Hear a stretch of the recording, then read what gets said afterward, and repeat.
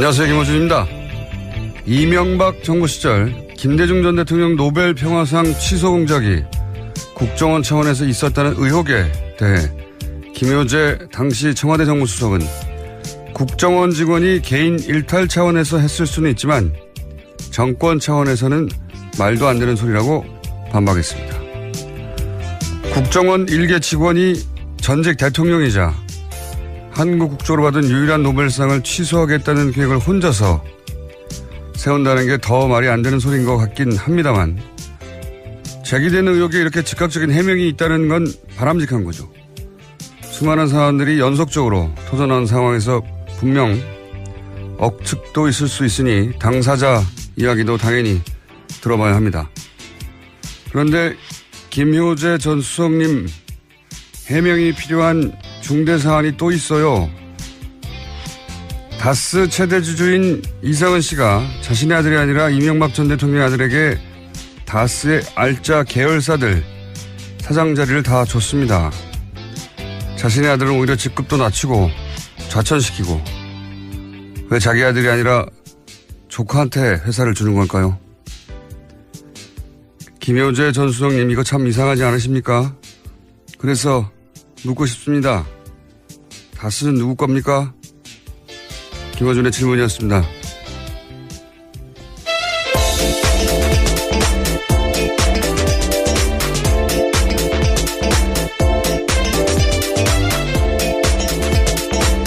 시사인의 김은지입니다. 자, 오늘도 뉴스가 아주 많이 쏟아진 날이네요. 네, 적폐에 관련된 소식들이 정말 많습니다. 요즘 분물처럼 아주 터져나오고 있어요. 네. 그중에서 제 전공도 많이 있습니다 보니까. 예. 하실 말씀이 많은 걸로 보입니다. 네, 오늘도 그중에 한 아이템 아주 길게 얘기할 것 같습니다. 자, 첫 번째 뉴스는요. 네, 지난 4월에 사드 발사대 2기가 기습 배치된 바 있습니다. 당시도 논란이 많았었는데요. 김관진 당시 청와대 안보실장이 주도했다라는 문건이 나왔다고 합니다. 이철희 더불어민주당 의원이 한겨레 신문에 공개한 자료인데요. 주한미군 사드 체계 배치 관련 참고 자료라는 제목의 국방부가 작성한 문건입니다. 이 문건 내용을 보면 NSC를 중심으로 사드 배치 가속화 추진 필요성이 대두됐다라고 하는 건데요. 당시에 NSC 상임위원장이 김관진 실장이었습니다. 이건 뭐 오래전부터 나왔던 얘기죠. 예. 근데 이제 이번에 아주 구체적인 문건이 나온 건데 2번을 앞당겼다는 거 아닙니까? 내용이. 네, 그렇죠. 원래 임시 배치는 2017년 9월로 되어 있었는데 차기 정부가 결정하도록 한다. 예. 라고 9월 배치를 얘기했다가 2번 바뀌었는데 어떻게 바뀐 거죠? 예, 박근혜 대통령 탄핵안이 국회에서 가결되자 김관진 전 실장이 서두르기 시작합니다. 그러면서 2017년 5월안을 제시하도록 하는데요. 하지만 국방부에서는 2017년 9월안과 2017년 5월안을 비교해서 5월로 당기는 게 별로 실익이 없다라고 보고했다고 합니다. 이거 뭐 당연한 이야기죠. 9월이나 5월이나 변하는 건 없는데 탄핵안이 가결된 게 변하는 거죠. 예. 그리고 나서 또 한 번 4월 말로 바뀌는 거 아닙니까? 이거는 이제 탄핵이 된 거죠. 예, 그렇죠. 3월 달에 이제 헌법재판소 결정이 나오고 나니까 또 한 번 바꾸는데 5월 임시 배치에서 4월 말 임시 배치로 바꾸게 됩니다. 그러니까 9월 달에서 5월 달로 바꾸는 것도 국방부에서도 이거 뭐 왜 이러냐 실익도 없는데 라고 한 상황이었고 그거보다 더 말도 안 되는 건 5월이었던 거를 이제 4월로 바꾼 거는 단 하나의 이유입니다. 탄핵이 되고 조기 대선이 실제가 되니까 그때는 이제 자신이 마음대로 할 수 없을 거 아닙니까? 그러니까 자신이 마음대로 할 수 있을 때 반드시 배치하겠다는 아주 강력한 의지인 거죠. 다음 정부가 들어서기 전에 반드시 배치하겠다는. 여러 차례 얘기했지만 이름으로 해서 지금 이제 미국, 중국, 북한 사이에 우리가 외교적으로 군사적으로 활용할 수 있는 카드를 완전히 잃어버렸다라는 차원에서 반역죄 준하게 처벌해야 된다고 저는 봅니다. 예. 단순히 무기 하나가 배치됐다는 게 아니고 이로 인해서 얼마나 큰 어려움을 겪고 있어요 지금. 대북 관계에서도 뭐 할 게 없어요. 예. 중국하고 관련해서도 피해를 입은 기업들이 너무 많고 예. 미국과의 줄다리기에서도 무슨 활용할 카드가 없습니다. 예. 이건 엄청난 죄다. 반역죄 준하는 처벌을 해야 된다. 저는 그렇게 생각이 드는데 문서가 나온 만큼 수사도 이루어지겠죠 이제. 네, 더 속도를 붙일 것으로 보입니다. 다음 수는요? 네, 또 이번에도 문건 이야기인데요. 박근혜 정부가 삼성 경영권 승계 과정을 지원하려던 새로운 정황이 담긴 내부 문건이 또 나온 겁니다. 이것은 더불어민주당의 이재정 의원이 공개한 내용인데 2014년 7월 달에 당시 청와대 민정수석실이 작성한 문건입니다. 여기에 내용을 보면 이건희 회장을 왕으로 이재용 부회장을 세자로 비유했는데요. 그러면서 왕이 살아있는 동안 세자를 잡아줘야 한다라고 적었습니다. 그러니까 경영권 승계에 대해서. 자리를 잡아줘야 한다. 예, 그렇죠. 세자를 잡아줘야 된다가 아니고. 예, 그렇죠. 세자 자리를 잡아줘야 한다라고 적었습니다. 네. 세자를 잡아버렸어요, 근데. 네. 청와대가 왜 사기업 승계를 나서서 걱정을 해주냐. 예. 승계 문제가 삼성의 아킬레스라는 거를 파악하고 있었고 반대급부를 이미 오래전부터 생각해왔다는 일종의 반증 아니겠는가. 파악해보라고 하고 실제 파악하고 살아있는 동안 세자 자리를 잡아줘야 한다고 하고. 예, 아주 구체적인 내용들이 더 나온 겁니다. 본인들은 그럼 뭐라고 생각했을까요? 이건희 회장을 왕이라고 하고 세자라고 하면 본인들은 황제라고 생각했을까요? 예. 하여튼 그런 문건이 나왔습니다 또. 자, 다음 뉴스는요? 네, 또 이번엔 다스 관련된 소식인데요. 이명박 전 대통령의 아들 이시영 씨가 올해 2월에는 다스 본사의 회계 재무관리를 총괄하는 직책도 맡았다라고 합니다. 그러니까 올해 2월 1일자로 넘겨받은 건데요. 작년 말부터 올해 초까지 중국 다스 법인 4곳의 대표를 넘겨받았고 또 이어서 자금관리까지 맡은 겁니다. 이건 기업들이 잘 하는 짓이에요. 그러니까 회사를 다른 사람한테 맡겨놨다가 이제 되돌려 받는 겁니다. 그러니까 자식에게 물려줄 때 이렇게 해요. 돈을 장악하는 거예요, 돈을. 당하지 않습니까? 예, 회계 재무를 장악하고 그리고 알짜 기업 대표에 취임을 하고 기업, 승계를 하는 거죠, 지금. 예. 승계를 받는 사람이 진짜 주인입니다, 보통. 근데 지금, 본인이 최대 주주인데 자신의 아들은 좌천시키고 지금 조카한테 주식이 하나도 없는 조카한테 기업을 전수하고 있는 거잖아요. 네, 이명박 전 대통령 아들이죠. 이거는 그럼 둘 중에 하나밖에 없는 거예요. 이시영 씨가 이명박 전 대통령 아들이 아닌 겁니다. 알고 보니까. 갑자기 이렇게 아침 드라마 소재를. 형님 아들인 거예요. 알고 봤더니. 예. 그렇지 않으면 실소유주가 이명박 전 대통령이거나 이렇게 의심할 수밖에 없는 정황이 계속 추가적으로 나오네요. 예. 저희가 약 한 달 반 전부터 계속해서 다스의 실소유주가 누구냐 얘기 계속 해왔는데 JTBC에서는 전혀 다른 각도에서 특종을 연일 내고 있습니다. 굉장히 중요한 뉴스고요. 자, 다음 뉴스는요? 네, 십자군 알바단 그러니까 시발단 관련된 소식도 있습니다. 2012년 대선 직전에 박근혜 대통령 그러니까 새누리당 후보를 지지하는 불법 선거운동 조직이었었는데요. 당시에는 윤정근 목사만 처벌됐습니다. 그런데 검찰과 국정원이 최근에 이 관련된 수사를 다시 시작했다라는 건데 국정원과 윤 목사가 여러 차례 통화한 내역이 있고 또 시발단의 정체불명의 돈이 대선 앞두고 입금된 사실을 확인했다고 합니다. 전국이 나왔네요. 예. 이거 최초로 밝혀낸 게 누굽니까? 와. 이 시발단 조직을 추적해서 밝히는 게 바로 접니다. 예. 일단 박수를 좀 쳐주시고 옆에서. 당시 이 추적 이야기를 잠시 조금만 공개하면 처음엔 제보가 있었어요. 제보가. 누가 사무실에서 이상한 일을 하고 있다고. 예. 근데 제가 가만히 듣고 보니까 이건 틀림없이 댓글 알바예요. 예. 그래서 제보를 받고 6개월 정도 그 제보자와 함께 차근차근 추적을 했어요. 사무실이 어디 있는지, 예.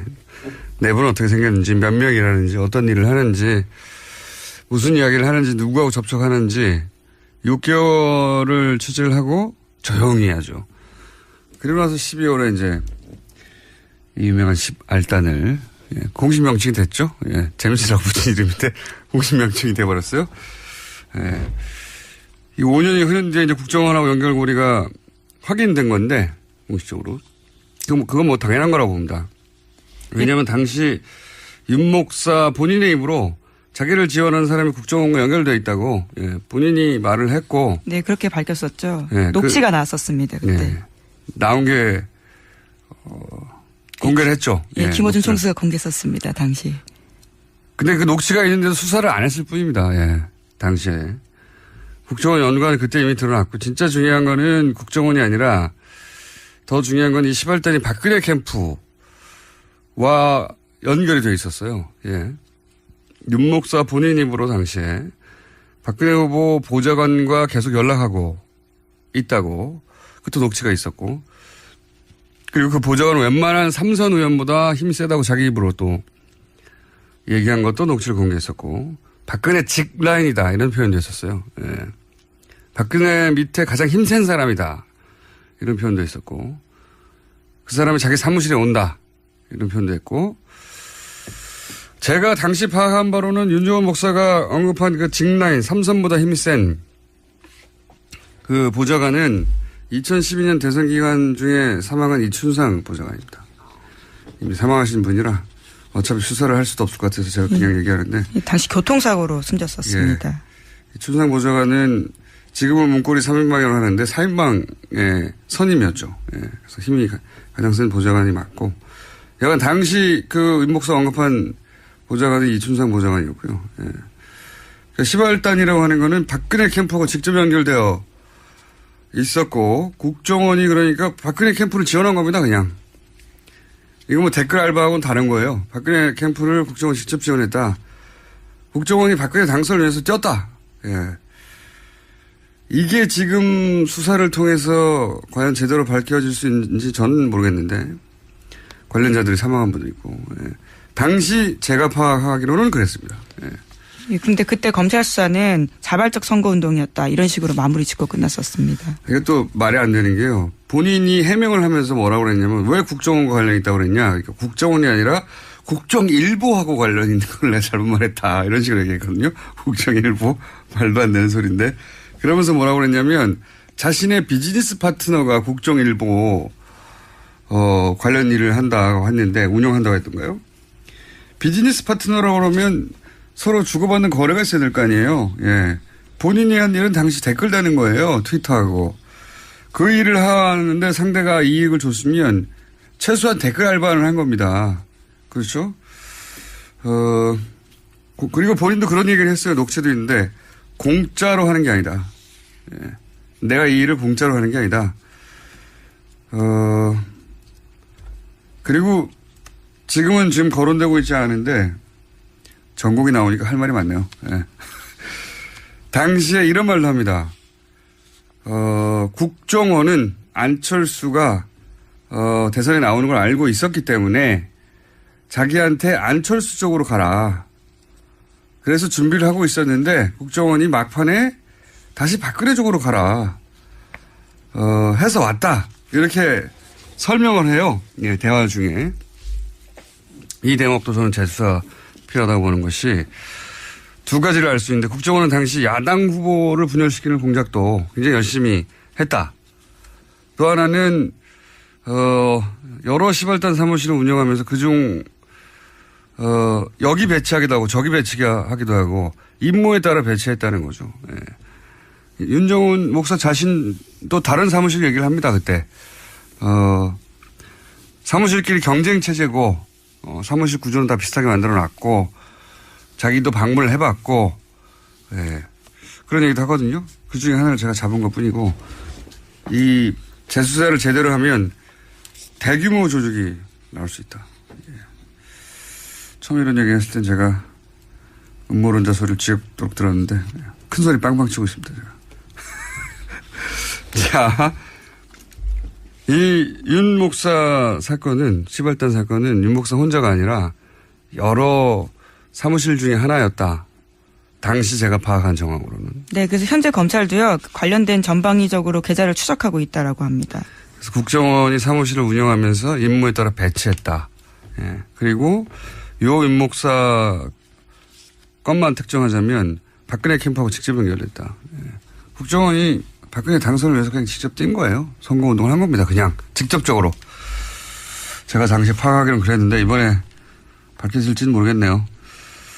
자, 다음 뉴스는요. 네, 이명박 정부의 국정원이 또 관제 데모를 위해서 단체를 직접 만들었다라는 뉴스도 있습니다. 검찰은 당시 국정원 직원들로부터 진술을 확보했다라고 하는데요. 단체를 동원하기 쉽지가 않자 대표자를 섭외해서 아예 없던 단체를 만들었다라는 겁니다. 그 단체 이름이 자유대한수호실천본부, 대한민국 바로세우기 본부라고 하는데요. 국정원 퇴직자의 명의를 빌려서 만들었다라고 합니다. 며칠 전에 저 얘기 한번 한 것 같네요. 어버이연합도 자생적으로 생겼는데 접근을 해서 지원한 게 아니라 애초 탄생부터 국정원이 관여한 거 아니겠는가 그런 의혹이 생길 수밖에 없다고 했는데 바로 또 뉴스가 나와주네요. 예, 근데 물론 두 단체 대표는 현재 여전히 부인하고 있다고 합니다. 자발적 활동이었고 사업가의 후원을 받았다. 국정원 직원인지 몰랐다. 이렇게 혐의 부인하고 있다고 합니다. 국정원 직원이 자신들이 만들었다고 진술을 했는데요. 뭐 예. 그 사람들이 부인을 할 수는 있겠으나 이 단체가 하나밖에 없겠는가. 예. 몇 년 전에 사람들이 의혹으로 가졌던 게 다 사실로 드러나고 있어요. 예. 단체가 한두 개가 아닐 거라고 봅니다. 예. 자, 실제 국정원이 직접 만들어서 내보내서 데모하고 돈 주고 한 앞에 자유가 붙으면 다 의심해 봐야 된다고 했었는데 예. 자유 대한수호실천본부라는 곳에 정체가 처음 드러난 거군요. 구체적으로. 대한민국 바로세우기 만들기 본부 뭐 이것도 마찬가지고 자유, 대한, 애국 이런 거 들어가는 거 의심해 봐야 됩니다. 다. 그런 식으로 만들었거든요. 의미 있는 단어들인데 모두 오염돼 버렸습니다. 그걸 욕할 수가 없잖아요. 자유, 대한, 애국을 말하는데 예. 자, 다음 뉴스는요. 네, 박근혜 전 대통령 구속기한이 오는 16일 밤 12시까지입니다. 그래서 어제 구속 연장 여부를 보고 법원에서 검찰과 변호인이 붙었습니다. 법원은 이번 주 안에 추가 구속영장 발부 여부 결정하겠다고 밝혔습니다. 이건 결정되면 논평을 하기로 하고요. 예. 저는 발부된다에 50원을 겁니다. 너무 적네 500원을 겁니다. 예. 자, 다음 뉴스는요. 네, 관련해서 박근혜 전 대통령 동정과 관련된 짧은 소식도 있는데요. 동아일보 보도입니다. 박 전 대통령이 요새 대망이라는 일본 소설을 읽고 있고 또 1심 재판 끝난 후에는 적당한 시기에 꼭 하고 싶은 말이 있다라고 주변의 뜻을 밝혔다라고 합니다. 하고 싶은 말이요? 예. 그래서 주변에서 해석하기로는 정계 복귀 등 본인의 역할과 관련된 구상을 밝히려는 거 아니겠느냐라는 말이 나오고 있다고 동아일보가 보도했습니다. 예. 친박 진영의 판타지죠. 예. 정계 복귀를 어떻게 합니까? 오랜 시간 수감돼 계셔야 되는데. 자, 다음 뉴스는요. 네, 조윤선 전 청와대 정무수석 관련된 뉴스도 있습니다. 어제 박근혜 전 대통령 재판에서 나온 증언인데요. 2014년 세월호 특별법 제정을 촉구하면서 단식하던 문재인 대통령에게 자살 방조라는 비난 여론을 조성할 것을 직접 지시한 정황이 나왔다라고 합니다. 관련된 행정관의 업무 수첩 내용인데 2014년 9월 23일자에 조윤선 수석 지시, 문재인 단식 피켓팅 시위 독려, 문재인 끌어내기, 자살 방조, 과로하고 죽음의 정치 이렇게 쓰여 있다고 합니다. 재밌는 거는 이게 이제 박근혜 전 대통령 측의 유영하 변호사가 제기했다는 거예요. 예. 박근혜 전 대통령을 살리기 위해서 이제 조윤선 전 수석은 이제 보내는 거죠. 조윤선 전 수석 지시로 문재인 끌어내기, 자살 방조 뭐 등등. 요건 근데 김기춘 당시 비서실장이 당시 민정수석인 고 김영환 아마도 그 수석회의에서 했던 내용인 것 같은데 그 다이어리에 보면 똑같은 내용이 있어요. 자살 방조죄를 적용해가지고. 그 얘기를 듣고 조윤선 수석이 당시 행정관하고 회의할 때 똑같이 지시했다고 봐야 되는 거죠. 본인이 모른다고 할 수 없는 겁니다. 이제는. 네, 어제 행정관도요. 회의 때 메모한 내용은 맞다. 하지만 직접 지시를 받은 기억은 사실은 없다. 이렇게 진술했습니다. 뭐 기억은 필요 없어요. 본인이 써놨잖아요. 조윤선 수석이 지시했다고. 예. 그러니까 비서실장이 지시하고 수석은 행정관한테 지시한 고스란히 이어지는 내용입니다. 그리고 이 자살 방조죄라는 프레임은 김기춘 전 비서실장의 전매 특허 같은 거예요. 90년대에 분신정국 있을 때 그 국면을 뒤집기 위해서 자살 방조죄라는 거 들고 나옵니다. 예. 네, 강기현 유서 대필 사건이죠. 네. 그래서 이 민주화 운동을 탄압하고 하는데 써먹었죠. 니들이 자살을 방조했어 하면서. 유빈 아빠 그 세월호 단식할 때 나온 거거든요. 예. 그때 여론을 뒤집으려고 또다시 끌고 난 프레임이 자살방조죄인 것이고, 예. 이건 사실 사람으로서는 생각해낼 수 없는 프레임이에요. 예. 예, 당시 악마적인 프레임입니다. 김영환 수석 메모에 보더라도요. 국민적 비난에 가해지도록 언론 지도라고 쓰여 있었습니다. 그걸 고스란히 이제 조윤선 수석이 행정관에게 본인이 듣고 지시한 내용이고요. 자살 프레임. 당시 그러니까 이제 세월호 관련해서 단식하는 것을 막아보겠다. 여론이 악화되는 걸 막겠다는 의도로 뒤집기 위해서 만들어낸 프레임입니다. 김기춘 전 비서실장이. 그걸 청와대 내에서 고스란히 행정관까지 지시가 이루어졌고 실제 그러고 나선 자살 방조 혹은 그 당시 일종의 이제 폭식투쟁이라고 네, 해서 폭식투쟁이라고 해가지고 일베에서 나온 사람들이 단식하고 있는데 가지고 피자 먹고 뭐 일베 국정원 또 나와야 되죠 여기 이렇게 되면 이런 일을 하는데도 국정원이 동원됐다고 봐야 합니다. 예. 그리고 이런 일을 지시했던 불의인은 김기춘 비서실장이었고요. 수행자는 조윤선 수석이었던 겁니다. 그런 문건이 예상치 못하게 박근혜 전 대통령 측으로부터 제시되었다. 이게 재밌는 대목이에요. 예. 박근혜 전 대통령이 내가 지시한 거 아니야 라는 말을 하기 위해서 예, 조윤선 수석을 보내네요. 여기까지 하겠습니다. 시사인의 김은지였습니다. 감사합니다.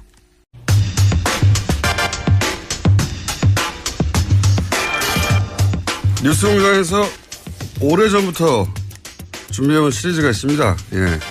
문재인 정부 장관들을 만나다. 장관들을 만나기 너무 힘들어요. 시리즈는 오래전부터 준비했는데 김상조 공정위원장을 스타트로 저희가 장관급 인터뷰를 쭉 이어가려고 계획을 세웠으나 예. 한 번도 실행이 되지 못하다가 김상조 위원장 출연 이후 거의 한 달 반 만에 장관님을 이제 모셨습니다. 네. 스튜디오에 나와주신 첫 번째 장관님 김은경 환경부 장관님 반갑습니다. 네, 안녕하세요. 반갑습니다. 그리고 감사드릴 수밖에 없는 게 반갑기도 하지만 저희가 여러 장관님들 인터뷰 요청을 했는데 예, 그 악마의 속으로 내가 왜 들어가냐면요. 다들 거절하셨는데 이렇게 기꺼이 속으로 입장을 해 주셔서 감사를 드립니다. 아, 저도 사실은 좀 겁납니다.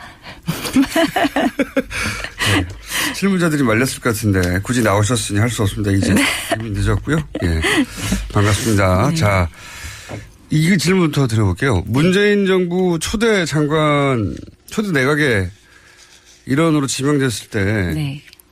기분이 어떠셨습니까? 아, 뭐 여러 가지 생각이 들죠. 네. 네. 역시 나는 잘났어. 네. 글쎄요. 그거보다도 이제 조금 정말 해보고 싶었던 일을 할 수 있을까 뭐 그런 생각이 들었던 것 같아요. 해보고 싶었던 일이 환경 문제는 예나 제나 굉장히 많은 것들이 있죠. 실제로는 국민들이 환경 이렇게 생각하는 영역은 행정이 하는 영역보다 훨씬 넓습니다. 그래서 뭐 에너지 문제가 생기면 이것도 환경이다. 뭐 화학물질 사고가 터지면 이것도 환경이다. 그렇죠. 식품 문제 안전성부터 다 이렇게 생각하잖아요. 국민들은. 근데 실제는 이제 그런 그 정책 영역들이 환경에 들어와 있지도 않고요. 그런 정책들이 환경의 가치를 가지고 가지도 않는 게 이제 그동안의 상황이었죠. 이제 그런 것들이 조금 환경이라는 가치로 좀 이제 좀 바뀌어야 되는 필요들이 있는데요. 저는 뭐 이제 참여정부에서부터 계속 그렇게 해왔으니까, 이번에는 좀 그렇게 할 수 있을까? 감당할 수 있을까? 이런 생각이 좀 들었죠. 그때는 참여정부 시절에는 지속가능 비서관이라는 네. 게 있었죠. 네, 지속가능 비서관이라는 게 실제로는. 이름도 참 이상합니다. 지속가능 비서관. 비서관을 오래 하고 싶다는 뜻인 것 같아요. 그렇게 보실 수 있는데요. 사실 당시에는 이제 환경비서관이 없었어요. 네. 그 시절에는 환경비서관이 없었고, 그래서 환경 쪽의 이야기들을 다른 부처들하고 이렇게 같이 조정하거나 이런 이제 기능들을 중간에서 좀 했죠. 여전히 이제 환경적인 가치들을 중요하게 보았지만, 네. 그래서 기분이 그 책임감을 느끼셨다는 얘기입니까? 아니면 뭐 걱정이 앞섰다는 얘기인가? 아니면 기쁨은 그중에 몇 퍼센트 정도 됐습니까? 그걸 어떻게 달아보나요? 뭐. 그래도 기쁘긴 하셨죠. 그럼요. 네. 근데 왜 경선 때는 문재인 캠프가 아니라 안희정 캠프에 계셨어요? 아, 제가 안희정 문재인보다는 안희정이 더 대통령감이다 이렇게 생각하신 거 아닙니까? 아, 그거는 아니고요. 저는 이제 몇 년 동안, 오랫동안, 한 5, 6년 동안 그 충청남도의 정책 자문을 하고 있었어요. 네. 그랬기 때문에 그냥 여전히 뭐랄까, 공약 환경 분야에 이런 거 만들어드리고 그랬죠. 네. 저희 지금도 뭐 안희정 지사 좋은 대통령 될 거라고 믿습니다. 앞으로는? 네. 그럼 지난 경선 때도 문재인보다 낫다고 생각하신 거 아닙니까? 뭐. 그러니까 그 캠프에 계셨죠. 예. 하지만 또 장관 지명을 하니까 바로 오시는 거고. 뭐. 감사하게 생각했습니다. 장관 임명을 기대하시긴 하셨어요? 아, 그러니까 이렇게 정책을 만들면서는 되게 이 정책을 어떻게 실현할까의 생각을 따로 하지는 않죠. 제가 가던 안 가던 간에 아, 이 정책이 어떻게 실현됐으면 좋겠다라는 생각들은 늘 머릿속에 있으니까. 그러니까 본인한테 올 거라고 생각하셨네요. 그렇지는 않았죠. 제가 말씀하신 대로 제가 안희사 캠프에 있었잖아요. 기대 안 하셨는데 청문회는 일사천리로 진행이 됐어요. 그때 자유한국당 간사 이미자 의원이 네. 청문회 안 끝났는데 네. 채택 된다고 축하한다고 얘기를 해가지고 네. 화제가 될 만큼 여야 모두 이제 환경부 장관의 화제가 전혀 없다고 본 거죠. 그래서 당일날 채택이 돼버렸어요. 네. 근데 너무 화제가 없어가지고 뉴스가 안 돼서 환경부 장관이 누군지 모릅니다. 사람들이 잘. 지금도 그렇죠? 그래서 나오신 게 아닌 것 같은데. 나오신 것 같은데. 요것도 하나 더 여쭤볼게요. 노무현 정부에서 청와대에 계셨으니까 청와대는 익숙하시잖아요. 네. 그죠? 네. 노무현 정부의 청와대하고 문재인 정부의 청와대하고 같은 점과 다른 점이 뭔가요? 운영 방식이나 뭐 회의의 뭐 톤이나 아니면 여러 가지가 있을 것 같은데. 사실 제가 참여정부의 비서관으로 있을 때는 환경이 정말 마이너였거든요. 그래서 그러고 비서관이어서 뭐 국무회의 하면 저 뒤에 배석하고 있거나 뭐 그것도 저희 이슈가 있을 때만 들어가서 배석을 하거나 이랬으니까 이제 다른데요. 어쨌든 전체적으로 본인의 지위 달라진 거 말고요. 전체적으로는 그 분위기는 굉장히 훨씬 더 긍정적이고 밝고 에너지도 있고 이제 이런 것들이 굉장히 차이가 있고요. 밝고 그때는 어두웠어요? 참여정부는 사실 여러 가지 일을 겪었죠. 그 중간에 뭐 탄핵 문제도 있었고 또 이게 지지나 이런 면에 있어서도 굉장히 어려운 점이 많았죠. 처음부터 보수 매체에 집중적인 공격을 받았죠. 네, 집중적인 공격을 받기도 했고 저희로서 황당했던 거는 실제로 바깥에서 이제 시민사회랑 같이 논의하던 주제들을 들고 들어가도 이 보수한테 막 깨져도 밖에서 누구도 아무도 막아주지 안 도와주고 그랬다는 시기였죠. 별로 그렇게 신나는 여건은 아니었죠. 그래서 고립무원의 느낌을 많이 받았군요. 굉장히 당시에. 많이 그랬죠. 대통령께서도 그러셨을 것 같아요. 당시에. 네. 근데 그때와 비교하자면 분위기가 많이 바뀌었습니까? 예, 지금은 굉장히 긍정적인 에너지들이 많고요. 또 제가 무엇보다도 굉장히 환경적인 관점에서 좋다고 생각하는 거는 예전보다 부서 간의 이런 소통 또는 뭐 정책을 통합적으로 보는 것 이런 것들이 훨씬 많이 바뀌어 있어서요.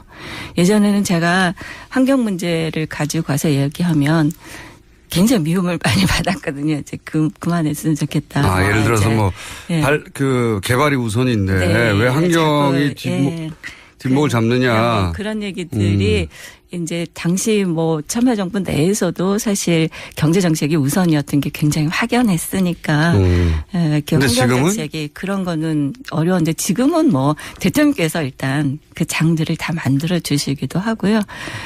지금은 그렇게 얘기하는 것 자체가 저의 임무다 이렇게 인정을 해 주시니까 제가 임명장 받을 때 대통령께서 앞으로 이제 환경부 장관은 국가정책의 모든 측면에서 환경적인 관점의 문제를 제대로 적극적으로 얘기하셔야 됩니다. 이렇게 얘기를 하셨으니까 엄청난 지금 빽이 생긴 거죠.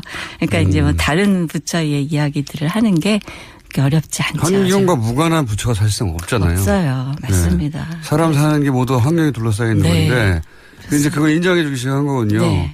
그렇습니다. 운이 좋은 시절에 장관이 되셨어요. 저 그렇게 생각해요. 그런데 왜 안희정 캠프에 계셨어요?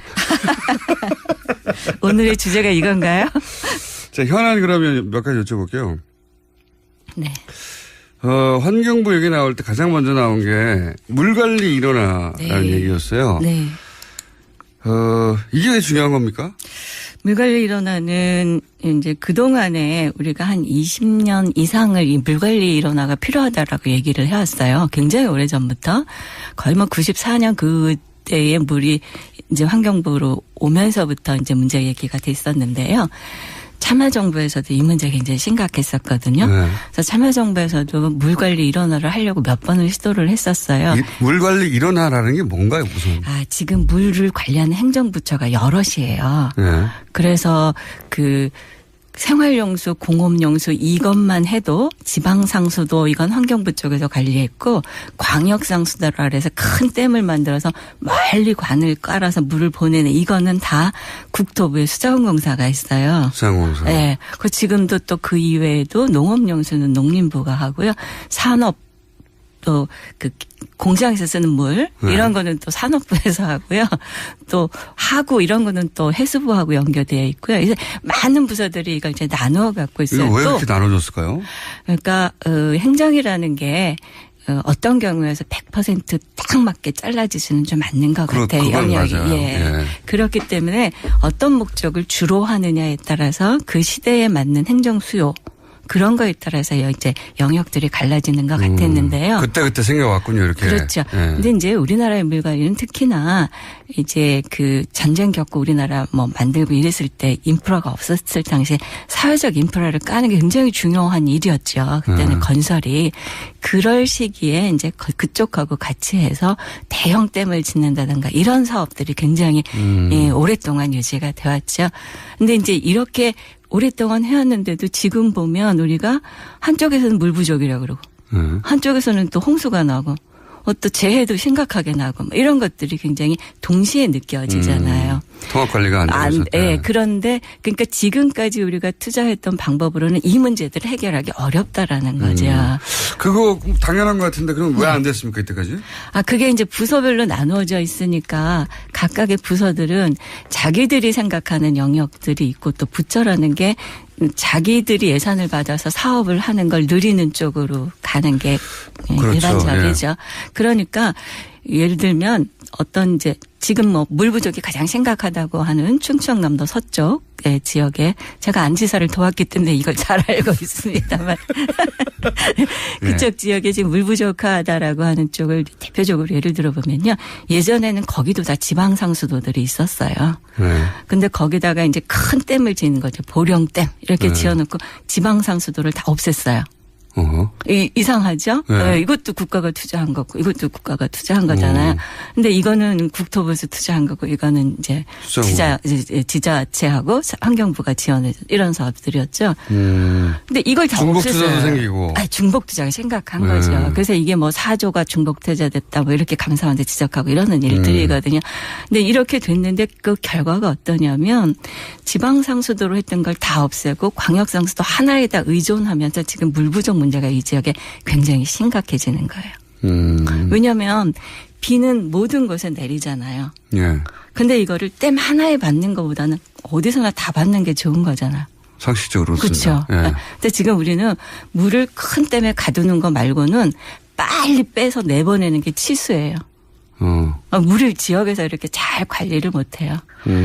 그러면서 댐을 막아놓으니까 또 하천은 물이 마르면서 이게 생태계도 안 좋고 물 수질도 안 좋고 총체적으로 문제가 있는 거죠.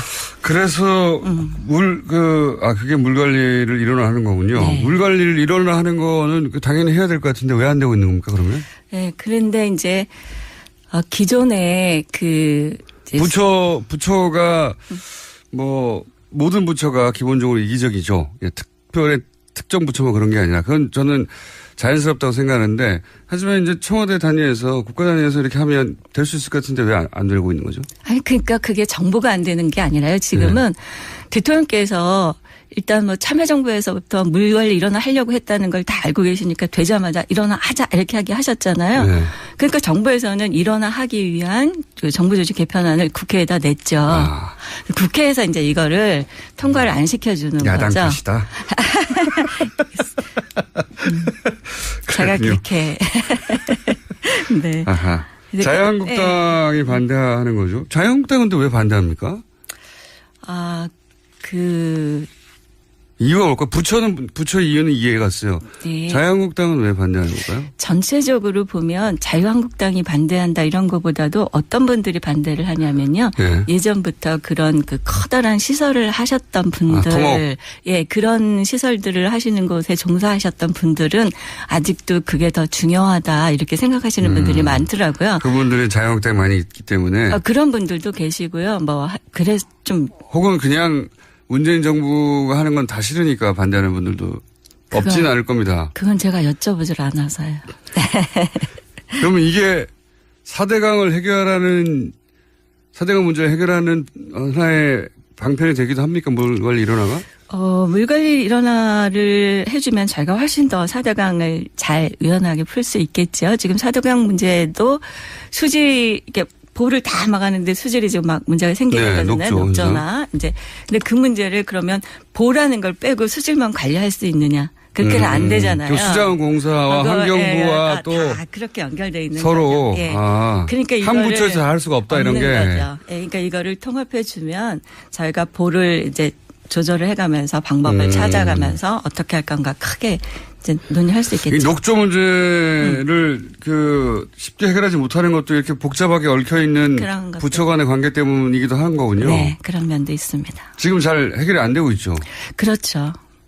그러니까 물을 흐르지 못하게 한다는 것 자체가 사실은 그 녹조를 해결할 수 없는 구조이기는 하죠. 이런 얘기도 있었거든요. 뉴스공장에서 관련 인터뷰를 저희가 했었는데 4대강 사업을 승인하고 또는 진행하는데 분명히 협조하고 그 과정에서 혜택을 입고 했던 공무원들도 있다. 세력들도 있고 그분들도 상당수 여전히 그 자리에 계시고 그러다 보니까 그 뉴스공장 4대강 전문가 인터뷰에서는 보이지 않는 방해가 있을 수 있다. 앞으로 틀림없이 봐라. 내가 한 일이 맞지 않았냐. 자기 부정하지 않기 위해서라도. 혹시 실무하시면서 그런 저항을 느끼신 적은 없어요? 이게 진행이 잘 안 되는 거구나. 그렇지는 않습니다. 그래요? 그렇지는 않고요. 지금 이제 4대강 사업을. 환경부 내에는 그런 분들이 별로 없겠죠. 네. 환경부에서 물론 이제 아까 말씀하신 것처럼 환경부에서도 4대강 사업을 도우셨던 분들이 계시죠. 당시에 뭐 정말 그 당시에 장차관님들이나 이런 분들은 확실히 도우셨던 분들인데 예. 10년 지난 지금 그분들은 위에 있던 분들은 다 나가셨고요. 네. 지금 이제 밑에서 어쩔 수 없이 뭐 같이 했던 분들이나 그분들도 자괴감을 많이 느끼셨던 분들이고. 4대강에 있어서는 환경부가 찬밥 아니었나요? 뭐 당시 제가 안 있었으니까 그런데 사실 뭐 저항하기 쉽지 않았겠죠. 이건 어떻습니까? 네. 현안이니까 한 가지만 더 여쭤볼게요. 재미없는 대목이긴 하지만 미세 문제. 네, 미세먼지. 예, 미세 문제가 아니죠. 미세먼지 문제. 네. 많이 얘기되잖아요. 네. 그거 제가 한 달 전인가 그 정도 됐나?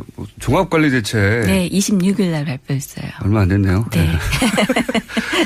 그거 발표됐다는 뉴스를 봤거든요. 네, 그래서 네. 제가 보면서 무슨 생각했냐면 이거 어떻게 종합관리한다는 건가?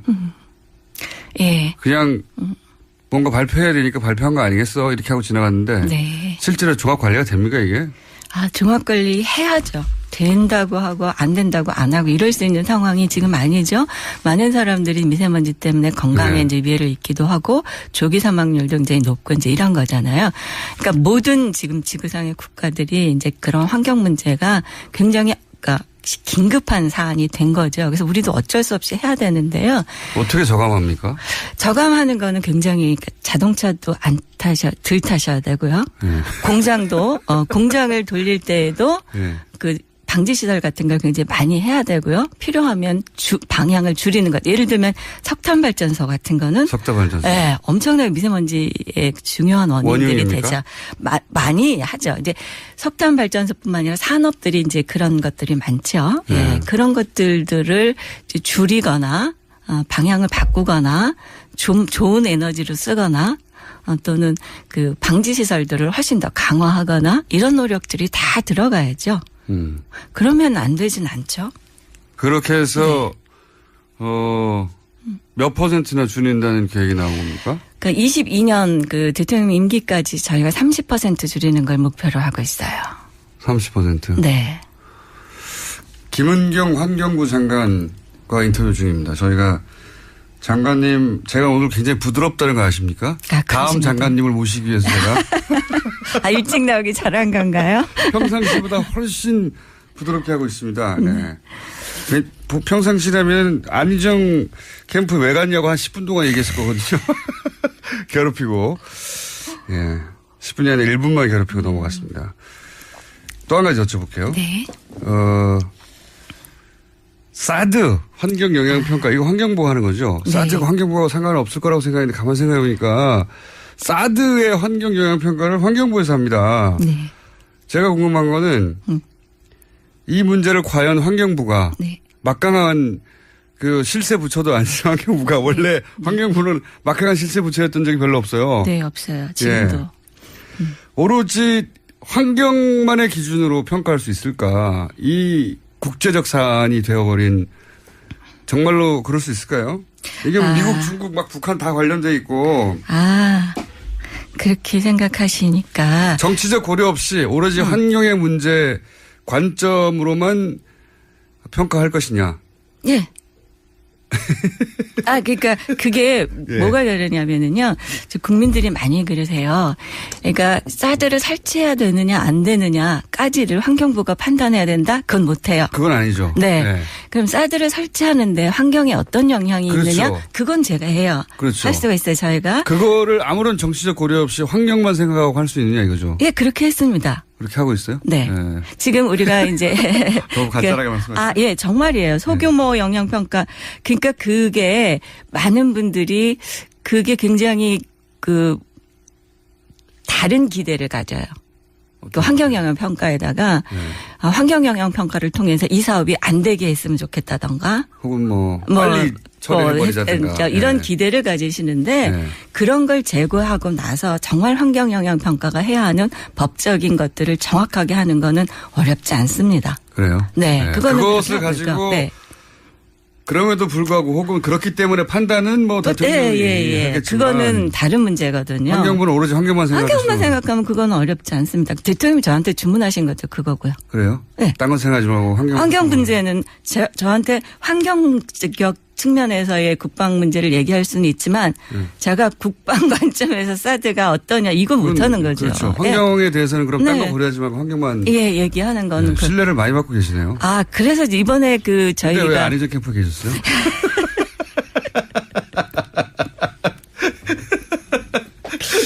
이런 식이시군요. 네. 환경만 고려하겠다. 네. 그게 그래서 계획대로 하면 언제 끝나는 거죠? 지금 저희가 이제 국민들도 많이 이제 오해를 하시는데요. 환경영향 평가 자체를 환경부가 하는 건 아니고요. 그거는 사업자가 해요. 그러니까 국방부가 환경영향 평가를 만들어 가지고 저희한테 보내는 거예요. 저희가 그러면 이 사람들이 환경의 모든 영향들을 다 고려했는지 어떤 걸 잘못했는지 이런 거를 평가를 하는 거예요. 예. 그래서 부족한 부분에 대해서는 이거는 보완하세요. 이거는 다시 하세요. 이렇게 얘기하는 거거든요. 그렇게 해서 협의를 해주거나 만약에 문제가 있어서 안 되겠다고 하면 동의하지 않습니다. 부동의 이렇게 내보내는 거예요. 그래서 지금은 국방부가 열심히 하고 있을 거라고 생각해요. 실제 평가는 정해진 기준에 따라서 실행하는 곳이 있고 사업부처가 있고 전문 기관이겠죠. 예. 거기에 대해서 이게 왜 빠졌어라든가 이건 기준에 미치지 못하네라든가 그런 숙제 검사를 해서 점수를 매기고 통과 아니다 이걸 환경부처가 하는 거군요. 협의, 부동의. 그렇군요. 시간이 벌써 다 됐네. 그렇게. 이렇게 빨리 시간이 지나갔습니다. 문자가 자꾸 오네요. 제가 게스트고 장관님이 진행자의 목소리라고? 네. 저는 그렇게 생각합니다.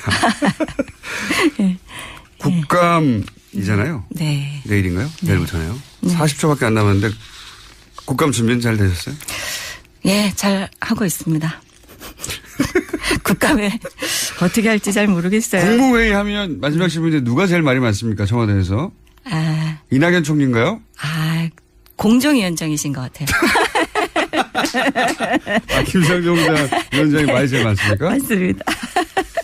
네. 말솜씨는 누가 제일 좋나요? 다 톤이 다른 것 같아요. 저희 문화체육부 장관님은 거의 시적으로 얘기를 하시고요. 예. 한 번 더 모시겠습니다. 네. 감사합니다. 네, 감사합니다. 윤경 환경부 장관이었습니다. 다른 장관님들 나와주세요.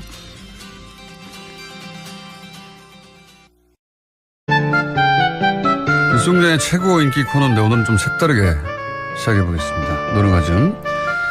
정의당 노회찬 원내대표 오늘은 전화로 시작합니다. 안녕하세요. 예, 안녕하십니까. 예, 지각을 하셔가지고.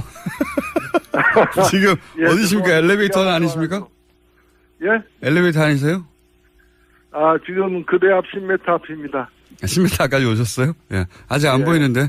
이제 오시는구나. 예, 보이죠? 죄송합니다.